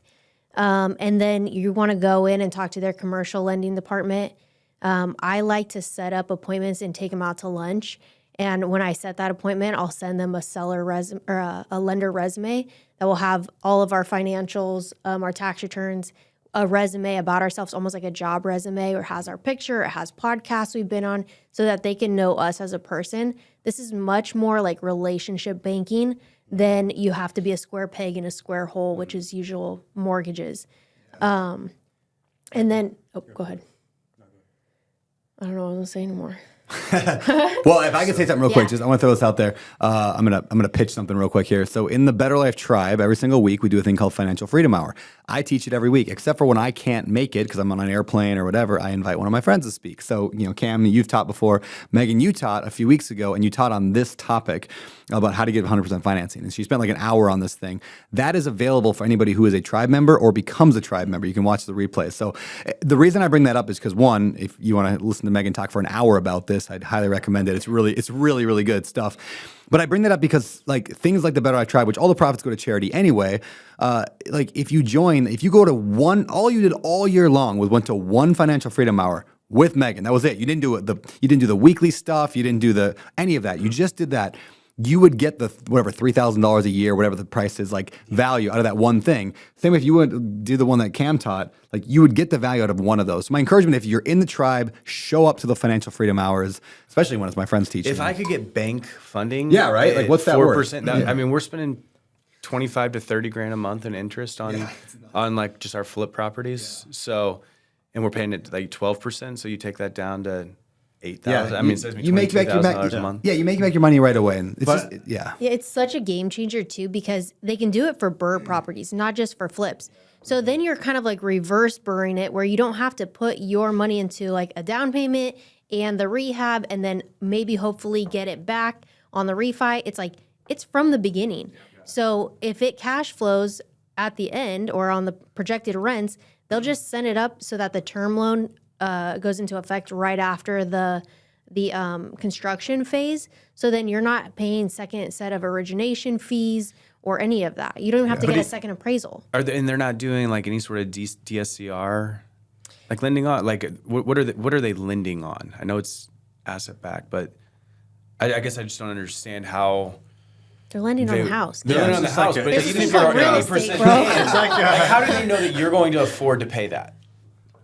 They are looking at DSCR. They're looking also at you as a global situation. I think that if you had no money, no income, and you were also asking to put no money into it, they'd be like, no thanks, So there is some whatever underwriting that they're going to do, but it's not as stringent. And the thing is like when we started this, we could not get loans anymore, conventional loans. And that's actually why I went that way is we tried to get this thing refi that was a $1,600 payment. It rented for $2,400. I wanted to do the refi and I was denied for it. And it would have taken the payment down to like $1,300. And I'm like, what the heck? It's like $1,000. Like there's no reason why I shouldn't be able Tons to of get cash this. flow, and we're making the payment cheaper. Yeah. And you guys are like, no, you guys don't make enough. We're like, Yeah. And so we got a hold of these local banks and they were able to look past the fact that we didn't have 2 years in business. Our tax returns kind of suck because we were just writing off everything, and they can look past that because it's not strict underwriting. It is, what do they call it? Dude, I'm spacing it right now. Loan committee. So it's literally like 5 guys sitting around a table and they open up your file and they're like, hey, Jeff and Megan are trying to buy this house. Here's the numbers. Here's their financials. And they're selling it to you. Hey, I really think we should do this loan. They're great people, they're Christians. They're, it's completely irrelevant to the loan. Local banks. it's true though. You never know what'll be the straw on the camel's back. Because like even the first bank that we ever did working this way with, one of the CEO of the bank, after Megan had been already smooshed and taken somebody out to lunch and stuff like that, relationship building. wanted to come out and check out our property. So we picked him up and spent the whole day with him, and he just wanted to see some of the projects we were working on and see some of our completed projects and things like that. And so he got to get a really good feel of our quality of work and how we do business and everything like that, and then talk to us a little bit. And then at the end, he was like, well, he even admitted on paper we don't really meet the requirements that they're looking for to probably lend with, but just based off of our donations, basically our charitable giving that he saw in our tax returns, he was like, but if you guys are giving away this much every year, obviously you're making more than the tax returns are showing, so you guys are doing something right, and I'm on board with that. And cool. And he's like, so I'm going to give you guys a shot. And it was all just because of basically our character. Yeah. Cool. And we're at a point where we couldn't buy any more rentals, and then we bought $2 million worth that year. Yeah. It's a good story or good testament and evidence toward when newbies all the time are like, oh, like I can't do this. Like, I went to the bank to try to get a loan, I couldn't do it. Like, this is just a great example of like, if you really want it, you'll find a way. If not, you'll find an excuse. You can't take no for an answer. Yeah, you just keep asking, keep going. One of my favorite stories actually of the last year, I tell this a lot, is Megan's like, yeah, you're complaining to me one day. You're like, yeah, the bank that we're working with, they want to put our loans on hold for a little bit, and they don't want to do more. So I'm going to fly to Lincoln and get some more loans. And like, you just flew for like 4 days. You come back, you're like, got it, figured it out. And you just fly in and like figure it out. It's the best use of your time. I literally met with, I don't know, I probably called 10 banks. I went to lunch or met with 6 of them, and then 3 of them were like, yeah, let's do it. They're like, those guys are chumps. Even one you of can them pin them against each other because you're like, oh, this bank is doing this. Can you do that? And they're like, all right, Even one of them sure. asked though, they're like, so as you've got a lot of work or loans out with all these banks, and you're kind of bouncing around a bit. Like, what's the, like, it kind of looks like a red flag. Like, why aren't you staying in any long-term relationships here? You know, and it's really just like, don't tell us no. Yeah. You say no, we'll find somebody. We'll find a yes man somewhere else. Yeah. What are you getting money at from those banks right now? 8%. Yeah. That's amazing. Yeah. For like during the construction, sometimes it'll be like between 8 and 8.75, and then when we convert it to a rental, it'll be 8.1, something like that. And can you cash flow at 8? Like on a Lincoln property? It depends. I think duplexes are easier to cash flow right now at 8, or sober living houses. And then if rates drop, you rentals. refinance at that point. I'll look like a genius. Yeah. The smartest person. Yeah. Love it. All right, the last topic I want to do before we get into like the 3-2-1 pivot section, I want to know about the 7-plex from hell, because I've kind of seen you guys go through this for the last year. That's her problem. Right there. Tell me about the 7-plex from hell. Jeff's washed his hands of it. Well, it's half. I mean, no, I just do the property management stuff. So right now, with it being still a project, it's definitely her problem. So 7-plex from hell. It was like the 6 pictures, buying a house on 6 pictures. You know, we walked it, kind of looked around, got super overwhelmed by like unit number 3, and just was kind of like, oh, everything needs to be done, like whatever. We offer, I think it was like $540, and then we ended up buying it for $420 because right at the last minute I was like, this is a terrible deal. What are we doing? And I tried to back out, and the guy was like, well, just tell me what you would pay for it. And I was like, $420. Like, it's not gonna happen. And then he took it, and I was like, oh damn, they know something we don't know. Like, it's gonna be really bad. Buckle your seatbelts, folks. So yeah, it's just been absolute hell. We've had to replace like 5 sewer lines. Why is there even that many on a 7-unit building? They just did it for fun. And then we've put $200,000 into it. Everything went bad. There was one unit that we got into finally. First of all, it took us 6 months to evict all the tenants and even get going on it. That was our first evictions that we actually had to fully go through with. So that was a learning experience. And we get into this one unit, and I'm like, where's the furnace? And they're like, there's just a wall heater. I'm like, it's Nebraska. It gets like negative. And they start pulling into this wall that was just like melting because of the water damage from the windows. And they're like, there's no insulation in this building at all. And so we were not planning on taking it down to the studs, but we ended up having to take it down to the studs. And so we're in the middle of that process right now. I flew back there in December to get the permits because the city called us and said, oh, you don't have permits, which I was totally planning, if you're listening. I was just about to get them. And So I went back to get the permits and found out that it's like commercial permits, which we've never dealt with. I usually pull my own permits for our flips, residential permits. So I became a GC very recently. And so we're dealing with the commercial permitting process on it. We ran out of money on the line of credit. So I also was back there to meet with the banker and be like, hey, this is all of the things that have gone wrong with this project. This is where we're at. At this point, we have finished, it's like 3 buildings. So we finished 2 of the 3 buildings, and those are performing for us. And they're more than covering the debt service because we're doing midterm rentals on those. We're getting killer rents. We're getting over double what we thought we could get for rents on those. Yeah, and so I went to the bank like, hey, we're in this predicament where we need cash to finish the project.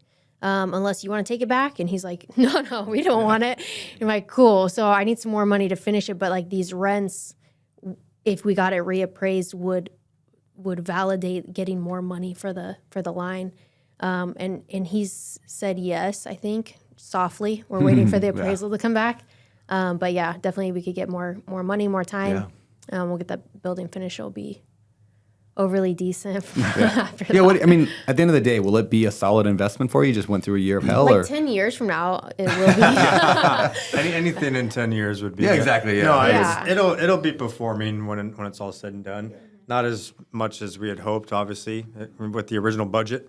But we also, who knows, because the problems that we faced kind of forced us to have to find a way to get more income, which switched us to the midterm rental thing for the first time, which has been a good thing. Yep. Yeah. Blessing And in your disguise. repairs So- and capex are going to be most likely way lower for next Yeah. decade. Yeah, 'Cause we've you're taking care of it redone right now. everything, Yeah, you yeah. redo everything now, and you don't have to worry about. You probably you get higher rents because you got. That's why I like the burst strategy in general, is because you're front loading all of your repairs and capex for 10 years at one time. If you do it right, which you guys are doing it right, you're just going all in. It's when you buy a crappy property and you just painting lipstick on a pig. And then you go refinance it, fine. But then now every single month there's something going wrong because everything was still crappy behind the walls. So I've seen a lot of people do that. They'll refinance it and they'll get it appraised really high, but they haven't done any of the hidden things. Yep. And then they'll take that money and go buy a boat or something. Yeah. And then Yeah, they're well, screwed. yeah, talk about the deal with the fourplex I bought for my daughter Rosie the week she was born. She'll be 8 right in a few weeks here. So I bought it 8 years ago. I don't know if we've ever had any major expense in 8 years, like because we redid everything. Like, nothing's gone wrong. I mean, here and there, like okay, we'll find a stove element needs to be fixed, but like it's been the easiest property I've ever dealt with because we put $120,000 into a fourplex. And she'll we inherit fixed it. that, Nice. and then like a couple years later, they'll have to get a new roof. Exactly, Like, yeah. oh, what is this Hey, it's nightmare coming my up. dad gave me? I know it's actually coming up. It'll be Like, right no, around that time. I was just thinking, I'm probably in the next couple of years, I'm due for another like full round probably of capex, including a new roof on a couple of them, and because it's like 4 single houses. I'll go through it. How many properties do you own back in Washington now? Almost none. In fact, I just sold the last few to my in-laws. Really? I actually sold them. I wanted mentally out, and so we basically just did this whole weird thing where we got them appraised. I locked in my equity, like in a note, and then I made it 0% interest, 0 payments for like indefinitely. So if they ever sell it, I'll get my half of my equity of whatever it's at now. But in the meantime, we just gave them all the property. And they just get manage it in cash. And now it's just theirs. Yeah. So they'll have cash flow. Someday if they happen to sell it, I'll get myself, I think I have $500,000 of equity sitting in those properties. Man, what a great guy. Well, You could have called me about that. I would have done that deal too. Yeah, well, I would have taken those for free. Yeah, okay. But I will make so much more by not having that headache in my head. That's fair. And I wasn't going to make them go get their own loan and get down payment on all of them and sell them. I mean, we were partners in it, and they're not going to go cash me out $500,000. Like, there's no solution. So it wasn't me just being a nice guy. It was just me wanting to get mentally out of it because I know there's a whole lot more money to be made than $500,000 off equity 30 years from now. Yeah. It's like I need my brain cleared out. Mm-hmm. So many of those deals are like that. Like my 7plex from hell, it was the only thing that stressed me out all year long. Yeah. Like we flipped so many houses, we did so Yeah, many birds. 80-20. There's Yeah, no it's so stress. true. Yeah. The only reason I ever had to fly back was for that. Yep. And why was I even thinking around with 7plexes? I know what I do. I and buy then- single families and duplexes, Yeah, and I yeah. don't have to think about it. And Yeah. Natasha handles everything. Like, but It's true. It's 7plex. when you go And the outside same your year that we get the thing, 7plex, we end up getting like a 7-property package. Yeah. 7 single families, or well, I guess one of them was a duplex, so like 8 units, 7 properties. And that's been like the least amount of work, like Yeah. for what it is. Like we bought it, some were vacant and ready to go. Some we just needed to get the tenants out of there, Yeah. and some we sold with the tenants in there, and we're just like listed and sold them all. Didn't do any work to them. Staged and cleaned a couple of them, and that is going to been the best thing that's ever happened to us. Well, it brings up an interesting dilemma or dichotomy of two options here, right? You have, I'm going to stay in my lane. Like, you're already good, you're comfortable, and you're good at single-family houses and duplexes. You can stay there and have a good life. Or you can go this, you're like, eventually I want to get into bigger deals. So the 7-unit was a venture into bigger deal. I mean, maybe you don't want to get into it, but like multifamily, right? Get into bigger multifamily. So it's like, I could argue either way, right? You could say, hey, do what you're good at, stay in your lane, be the world's best at that, be world class. Or you could argue, get out of your comfort zone and you tried something and you, just like the Albuquerque deal, this is your Albuquerque. This is your multifamily Albuquerque. And so now you could go back when you're done with this and go back to single family houses and duplexes. Nothing wrong with that. Or you can say, all right, that was our deal. That was Albuquerque. Watch what happens next time. You go buy the 20 unit. And then you break even on that one and it goes a little better, but you learn a lot more about, and now you're a GC and you learn all those. I guess you can go either way. I would never consider the 7-plex from hell a failure because it's just your Albuquerque. In the same way Albuquerque wasn't a failure. Yeah, it's a huge learning lesson. I do think that it's kind of like the staging thing too, though, is that I can do that without thinking about it. I don't have to touch it ever. And so if it was just single families, like we have a system in place for that, or duplexes, we have a system in place for that. The project goes a lot smoother. We have less tenant issues because you're not having to do construction next to other people. The permits are much different. I could really see just being like, that was fun, but let's stay in our lane now. But I do think that as entrepreneurs and like visionaries, we get that shiny object syndrome, and we tend to learn something, perfect it, systematize it, hire out for it. We take a step back, and then we're like, well, now what do we want to do? Let's buy a 7-plex. And it was like, just sit on the beach, just chill, just chill. You don't have to be all stressed out about it. System, I know. Yeah. Or scale up what thing is working, but. Yeah, that's actually an interesting point. Is most people, when they think of scaling, they think of getting into a different asset class or a different business. Like, I'm going to go buy 7 units and then 20 units, 50 units. And I talk about that with the whole the stack method. But you could do the exact same thing. You could still stack it in your same vertical. So instead of buying 15 houses a year, you guys buy 30 houses a year. Yeah. And that would probably be easier than going into the multifamily. Absolutely. Yeah. It'd be no problem at all. Yeah, but then at some point you hit a limit where you're not going to buy 100 houses a year and 100 rentals. I mean, you why can't not? buy the 100. Yeah. Okay, you're not going to buy 500 a year, 1,000 a year, right? But I buy 3,000 units a year, but it takes me 4 purchases to do that, right? Because I'm buying these massive apartment complexes. I'm not saying you should. It really goes back to what do you want in life. Like, if you want to be a billionaire, you're going to have to go into something bigger. And what kind of wealth do you want, and when do you want it? Yeah, do you want liquid funds right now, or do you want it down the road? Because it's you can have fewer doors and then just start paying off those mortgages. Correct. Just get them paid 100%, off and have way fewer doors and maintenance. Yep. Or you can have way more doors and less cash flow because you're paying the mortgages. But in 30 years, when they're paid off normally, then you're, when do you need the money? What's your strategy? Which is why we have to be so careful about just taking advice from people who are like, no, this is what you should do. You should do the burst strategy and stack and do this. It's like, well, it all depends on what you want out of your future and your present, in your life. Like, where are you at right now? Where do you want to get to? And then you make a decision off of that based on advice from good people and podcasts, but not just because someone said to scale. Yeah, we all got into it for financial freedom. Yeah, you know? and none of us take it. We get so addicted to putting deals together, and just being more and more and more, and oh, well, Brandon's doing this cool thing, Cam's doing this cool thing. Yeah, I think it's important to step back and look at how does this affect my life? If I say yes to this, what other area of my life struggles? Because even a year ago, before we moved out here, we're so burnt out, doing deals and just, I don't know, snorting success, and we're just so burnt out, and it wasn't worth it. For us to be able to take a big step back in our business and say, you know what, the most important thing right now is to just eliminate hurry and to just chill and be able to work on our marriage, work on our relationship with our kids, and just enjoy life, enjoy the fruits of our labor. I think that has big value, that we're able to scale back in that way. How did, on that note, you guys have bought, or you said a little bit ago, you bought more deals this year already, halfway through, not even halfway through the year, a third of the way through the year. You bought more deals than you did last year. So was that just coincidence, or is it because you packed up and moved across the ocean and you were forced to look at your business differently? How did that interplay, the move to Hawaii with your business growth? Some of that could be a coincidence and just like kind of an upward trajectory. I think you make a lot of connections that sometimes aren't super fruitful right at the beginning, but then they bring you deals later. But also when we moved here, we had to, the only thing that we could do is find deals, put deals together, whether that's, marketing or whatever. So I'm not running to Home Depot 6 times a day. I'm not farting around looking at my flips and, oh yeah, it looks good. It takes me 2 seconds to go through the Dropbox link that I get sent for the pictures of our flips instead of 3 hours to do something. So It kind of forces you to do the 80-20, like the 20% of stuff that gets you 80% results. Well, I mean, it's Yeah. like, and you're always doing it to try to like save money too, but you don't realize how much it's hurting you in the long run, right? Like, it's like, oh, I can just run over and check why their AC is not working because 90% is probably operator error. So I can save a couple $100 saving the HVAC tech from going over there. So I'll just do it. But it's like, now I'm not doing what I should be doing. And now I just have to send the contractors for maintenance stuff, no matter what it's going to cost. And it's probably something stupid. But you know what? Now I'm able to focus on what I should be focusing on. Yeah. And I'm losing money in some cases, but in the long run, I'm not.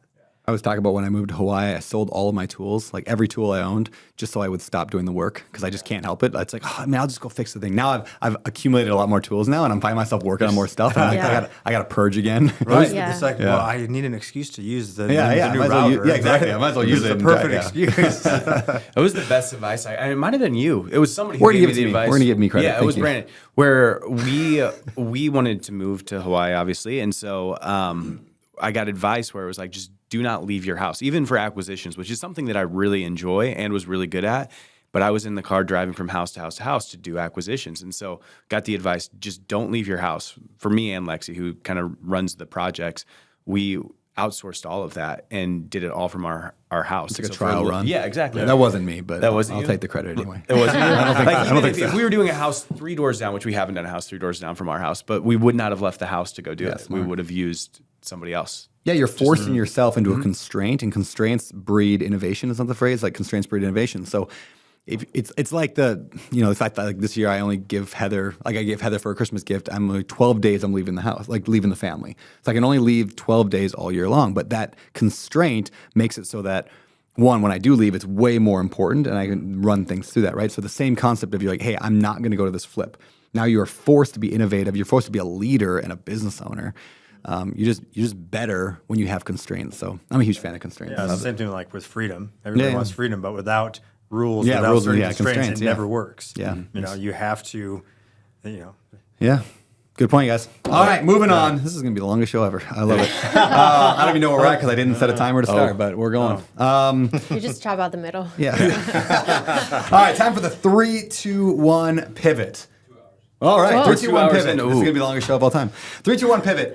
These are questions about your life going in one direction, and then something forces it to pivot, to change a little bit or maybe a lot. So let's start with 3 books that have changed the direction of your life. Could be 3 both or combined or separate. Okay, so one of mine was for me, man, I have a couple, but I know you probably have a couple too, so I'll just go with one. Obviously, like Extreme Ownership by Jocko Willink. Everybody talks about that. That was a great book. It was just like a way to like, from a leadership perspective, learn how to just like take responsibility for everything and humble yourself in order to do so, and then become a much better leader in the process. So that was obviously great. But kind of on those lines, there's a book called Legacy by James Kerr, and it's about the New Zealand All Blacks rugby team. And they are the #1 most winningest sports team of any sport in any country on the globe in history. They have the highest winning percentage of all time ever. So this guy, James Curry, like looks into that and like tries to figure out why that is, like why are they the best and have been for so many years. And it's just basically a really good book about leadership in that regard, and like how the team there like just stays in a humble position where nobody's too good or too important to be like guy that cleans out the locker rooms, for example. So Love that. Really I'll good have to look book. that up. I haven't read that Yeah, great or book. heard of it. So I would probably say The Ruthless Elimination of Hurry. John Marco Yeah, Maria. so good. I would love to have that guy in the show. I need to push do that. it. Do Jeff it. Bethke's friends with him. I got to get Jeff get to him. help me to There you go. get him. Anyway. Yeah, it was just so good. Like I read it probably in the biggest period of burnout and was just too busy to like put it into practice, but it just frothed in the back of my mind until you were like, oh, you should move to Hawaii. And I was like, that's a great way to eliminate hurry. Yeah. But yeah, super life-changing. Yeah, that was kind of for me too. The first time I read it, I was kind of like, oh, fine, good. But it didn't impact me. And then it frothed in my brain for a long time. Then I reread it maybe 6 months later. And I was like, this is the best book I ever read. Like it just took time to like, I was too busy. Yeah, you're like, I don't have time. Yeah, I don't have time to get rid of the hurry. Yeah, I can't not hurry. Yeah. Love it. Any This others? badge of honor looks too good on me. So, hey, 2 pivot people. Who are 2 people that you have met that have changed the direction of your life? You can't say each other. Yes. You can't say Cam. You can say me. You can't say me. That's a tough one. That's a tough one, man. 2 people that we've met. Yeah. Are we doing 2 each or 2 one each. 2 each. Okay, so It's a long show already. We're going to keep going. We're just Whatever. Might be a 4-hour welcome show. to 4 hours. Yeah. You guys get some popcorn. I told you, have I a want to be meeting more like too. Joe Rogan, so we're going there. All right, so the first one, my very first job, I worked at a taxidermist. Okay, I was 15 years old, and this guy that ran it, his name was Keith Hopkins.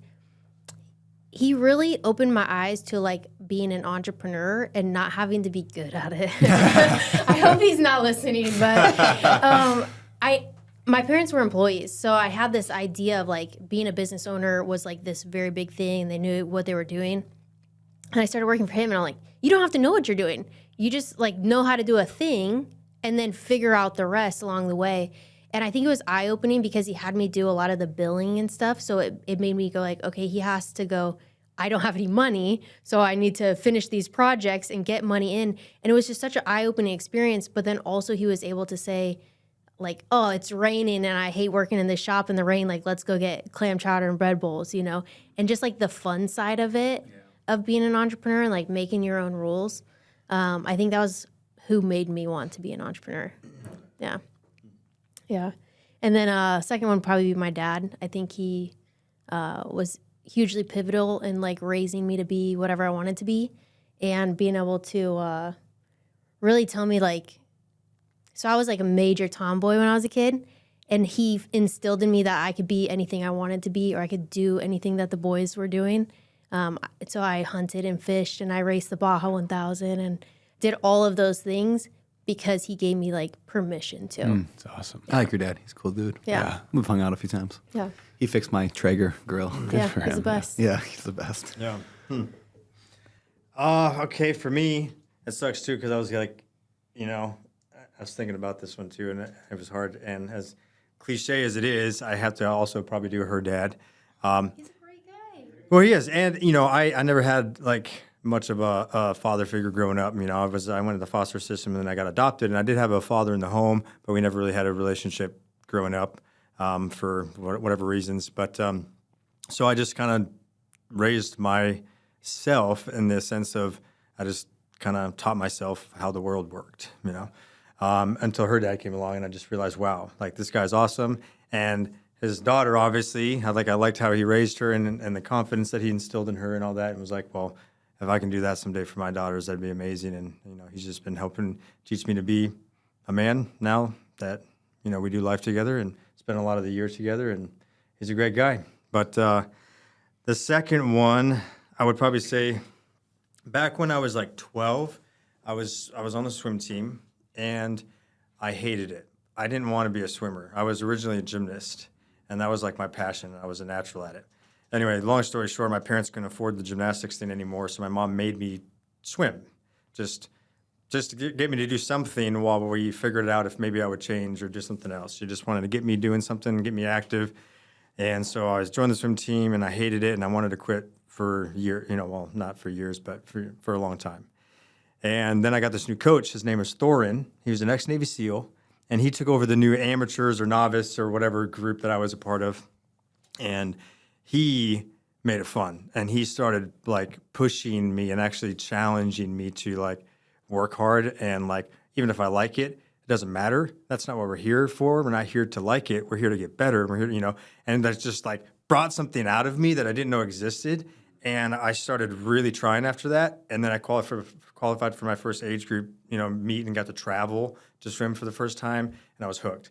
And then my whole career, my whole life kind of hinged off of the discipline that I started building then, and he was the first one that ignited that in me, and probably is why I ended up going into the Marines and all that kind of stuff. So, but yeah, he was very pivotal in my life, because otherwise I was just floating around, just fully capable of great things, but never committing to anything. I love it. So. What about a quote, pivot quote, something that's changed the direction of your life or you live your life by?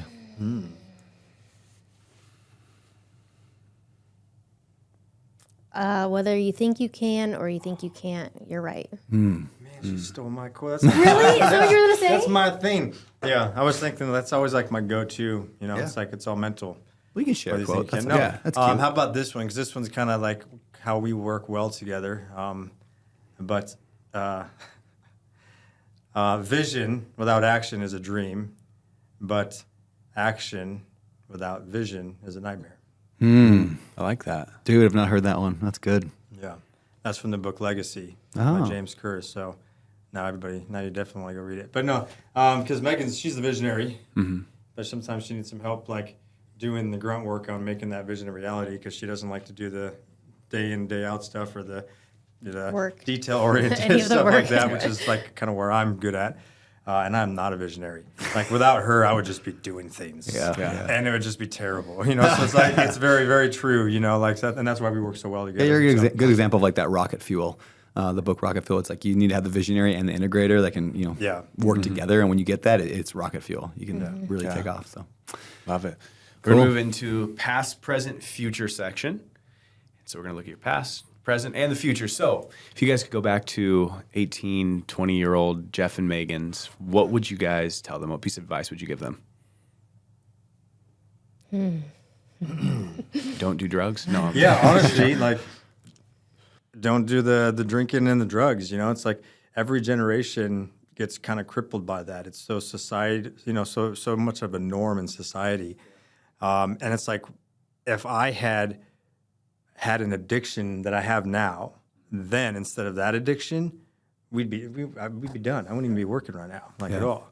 Like, we'd be so much better off. Like, our best years in almost every generation are wasted to alcohol or drugs. Yeah. Our best years. yeah, when you're most energetic and you have the most time. And when you can do availability. anything. Yep.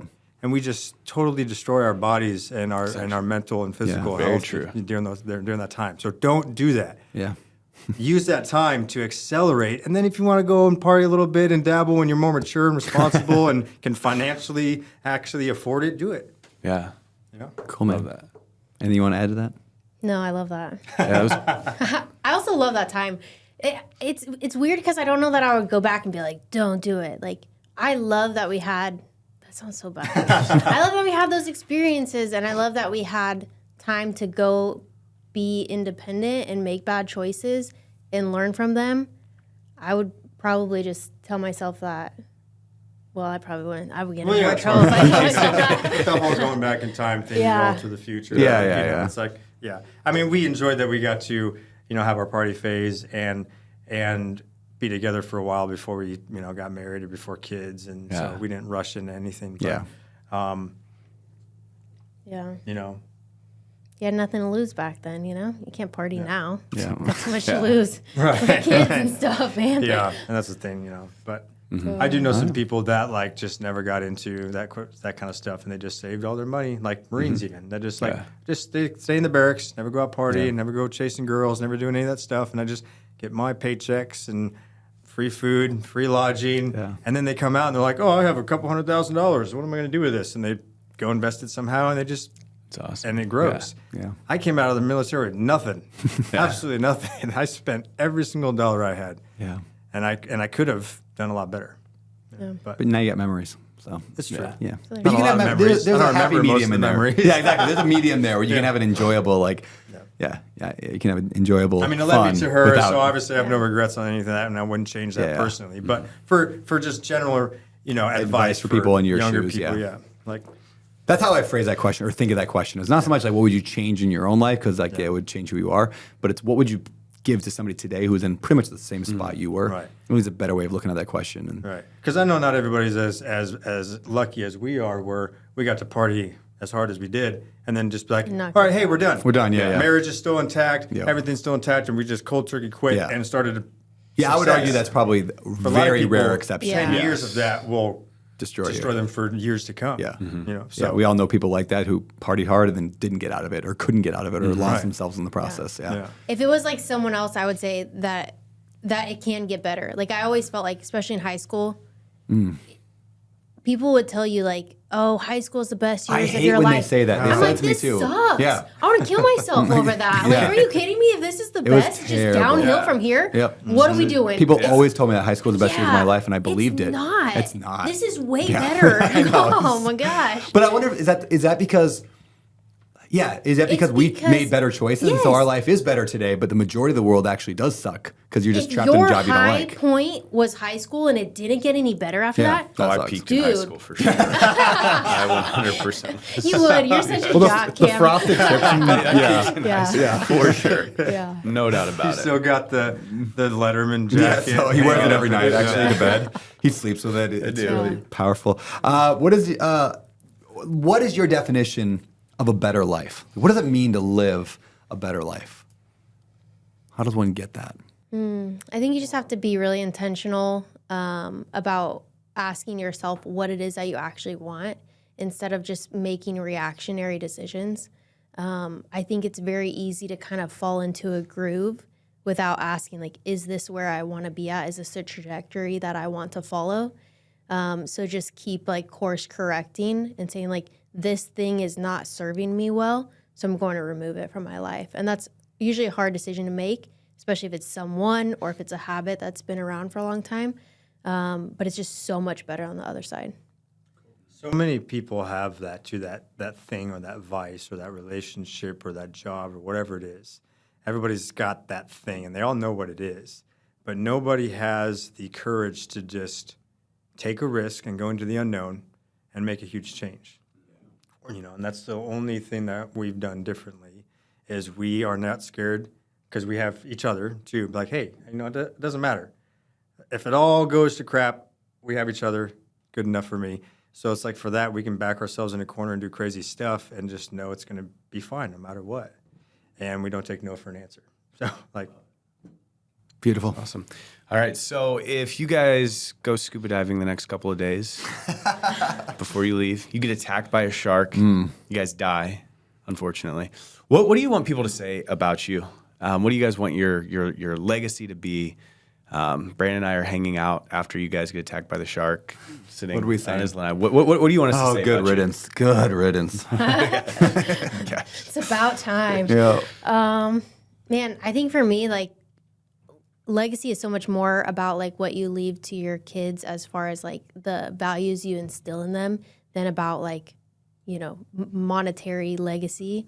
And for me, I just want them to know that like how to learn and how to grow and how to fail and that that's okay. Like I almost want my kids to have adversity, which is hard for us when we're well off. It's almost like you have to force adversity onto them. That's why I or trip allow Harper every it. time she comes up the stairs in my house. Absolutely. I just push her down. Like Yeah. just the other day, I was asking her, if I asked your teacher, my oldest kid, if I asked your teacher, what are you really good at? She was like, falling down and getting back up. And I was like, good. yes. Yeah, that's cool. If that's the only thing I instill in you is like, just try and fail and get back up and go again. I would love that. Yesterday, Megan comes into my house. You're stomping up the stairs to my house, and you're with your son, who's how old is Maddox? 5. And you're like, I need a Band-Aid, and I was sick. Or whatever. You like come in, and you're just like, yeah, he was running, and he fell down, and I was surprised at how composed he was. Like, my kids would not be quite as composed in that situation. Yeah. He They're fell good at on the falling road down. down. Yeah, he's and good at falling down. Messed up his head and didn't cry. He cried for like That was 60 Harper. Was that She Harper? That literally was Maddox? gashed her head. Yeah. That was Harper off the rock? Yeah, on a Yeah, lava but she rock. Cried They're for like tough. 5 They're minutes. tough Yeah. little kids. From the Yeah. very beginning, we're like, we're not going to react. Yeah. And then they just don't. Yep. Like Harper, and like as a toddler that could barely talk, she would just be full sprint and Yeah, just bam. bam, and just get up. I'm okay. I'm okay. We're like, Yep. Okay. Don't react, yeah. Yep, you're okay. That's fun. All right, guys. Moving on to the wrap up. What are you excited about? What's coming up in your life that you're pumped about? What are you excited about, bro? Well, I'm excited about, so after doing this full time for, I don't know, 6 years? Something like that? Yeah, in real estate. this year, probably the next 30 days or so, we're going to be finally just have all of our unsecured debt paid off. And so any debt that we have will be tied directly to real estate. And so that's kind of going to be a big win for us and just like free up a lot of monthly cash flow that doesn't feel like cash flow right now. So that's exciting. And our reward for ourselves for hitting that goal when we do is to do a big long winter trip this winter. So we're going to get an RV, maybe yours. You can borrow mine. Yeah. And For free, go you hear- and No, I'm just gonna charge you good. make the rounds this winter and see all of any friends we want to see a lot of our, You guys have my friends? family specifically. Other ones in Yeah, right here. I was in this group. Okay, Well, finally, just our family. you can't RV to Hawaii, so whatever. And end up down in Florida and kind of just big long trip and go see whatever we want to see. And Disney World? Are you guys Disney World people? we are definitely doing that. And Harper's very excited for Harry Potter World. Oh, yeah. I just Or- did that one over at Universal, was it 6 months ago? It was cool. Yeah, it was Yeah, good. so that's definitely great. So I'm excited for all that. Cool. It's awesome. Megan, what are you excited for? I'm a little bit excited to go back to Nebraska. Yeah, I'm gonna miss it here so much, but I love seeing my projects, and it feels more fulfilling when I'm there. I'm just like more of like a tactile person, I think, and so I like seeing that transformation. And so it's not the same when I'm just clicking through Dropbox. So it'll be fun to be back. Cool. It's awesome. Love it. And last question for you guys. Where can we find you at? Where can we look you guys up? Instagram, _chatty_investor. Brandon told me to not put the underscores. For this exact And I reason. didn't listen. I said every time you're on any podcast in the future, you're going to have to say the word underscore, and it's just weird every time. Yeah, and it was. You know what? Now it's memorable. Looking me Now right in the eyes. Yeah. I think I failed. That's a good account. Awesome. Yeah. I'm on Instagram too, but there's nothing to look at there. So, but I'm 4F Jeff. I'm sure you can find me just browsing on hers. I'm tagged in something, but Cool. Love it. Thanks, guys. This was has a been a blast. lot of fun. I appreciate you too. It's been a great year hanging out with you and our kids getting to be besties. So it's been fun. yeah. Yes. Did you watch the last Bluey episode No, I yet? didn't. yet. I tried to find it, and then I was like, I don't even know what you're talking about. Bluey season 3. Brandon last cried. episode. I may have had some tears. I'm waiting. I'm going to do it Thursday night, make her Okay. watch it. Yep. So then we go to Friday night, the luau thing, and it's back-to-back emotional. That's exactly what you need to do. And then, I think I'm busy that night. and then we'll stay. There you go. That's it. You watched the last Bluey episode. You can't leave. You, trust me. Trust me. We're still trying to buy that house here. So Yeah, you'll get it working. we might not be gone. If anyone long. wants to loan me $300,000, Cam's got you. All right, guys. Thank you very much. All right. 4-way fist bump for the end of it. Boom. And that, my people, is the show. Thank you for tuning in. I hope you enjoyed the insights from the episode. And hey, before you go, if you enjoyed this episode or you enjoy the show in general, please consider leaving us a rating and a review wherever you listen to podcasts. We really do value your feedback, and we read your comments to make future decisions about topics and guests and everything else. Plus, it helps us reach more people the more reviews we have. And last but not least, please head over to social media and consider friending, following, subscribing, and all that stuff to both Better Life at Better Life over on Instagram and my own personal at Beardy Brandon for more. That's Beardy with a Y at the end of it, Beard with a Y, Brandon on YouTube, Instagram, everywhere else. Thanks again for listening. I am honored that you would bring me along on your journey to building wealth without losing your soul. This show has been a production of the Better Life Tribe, copyright 2024. Our producer is Kevin Leahy with Podcast Point Man. Our videographer and all-around talented video guy, Carson Smith. My co-host is the amazing Cam Cathcart with DealFlowRealEstate.com. And finally, this show has been all about living a better life. But if you want my spiritual answer to what it takes to live not only a better life, but the best life, head over to abetterlife.com/best life. I got a 13-minute special video for you there. For the Better Life Tribe, my name is Brandon Turner, signing off.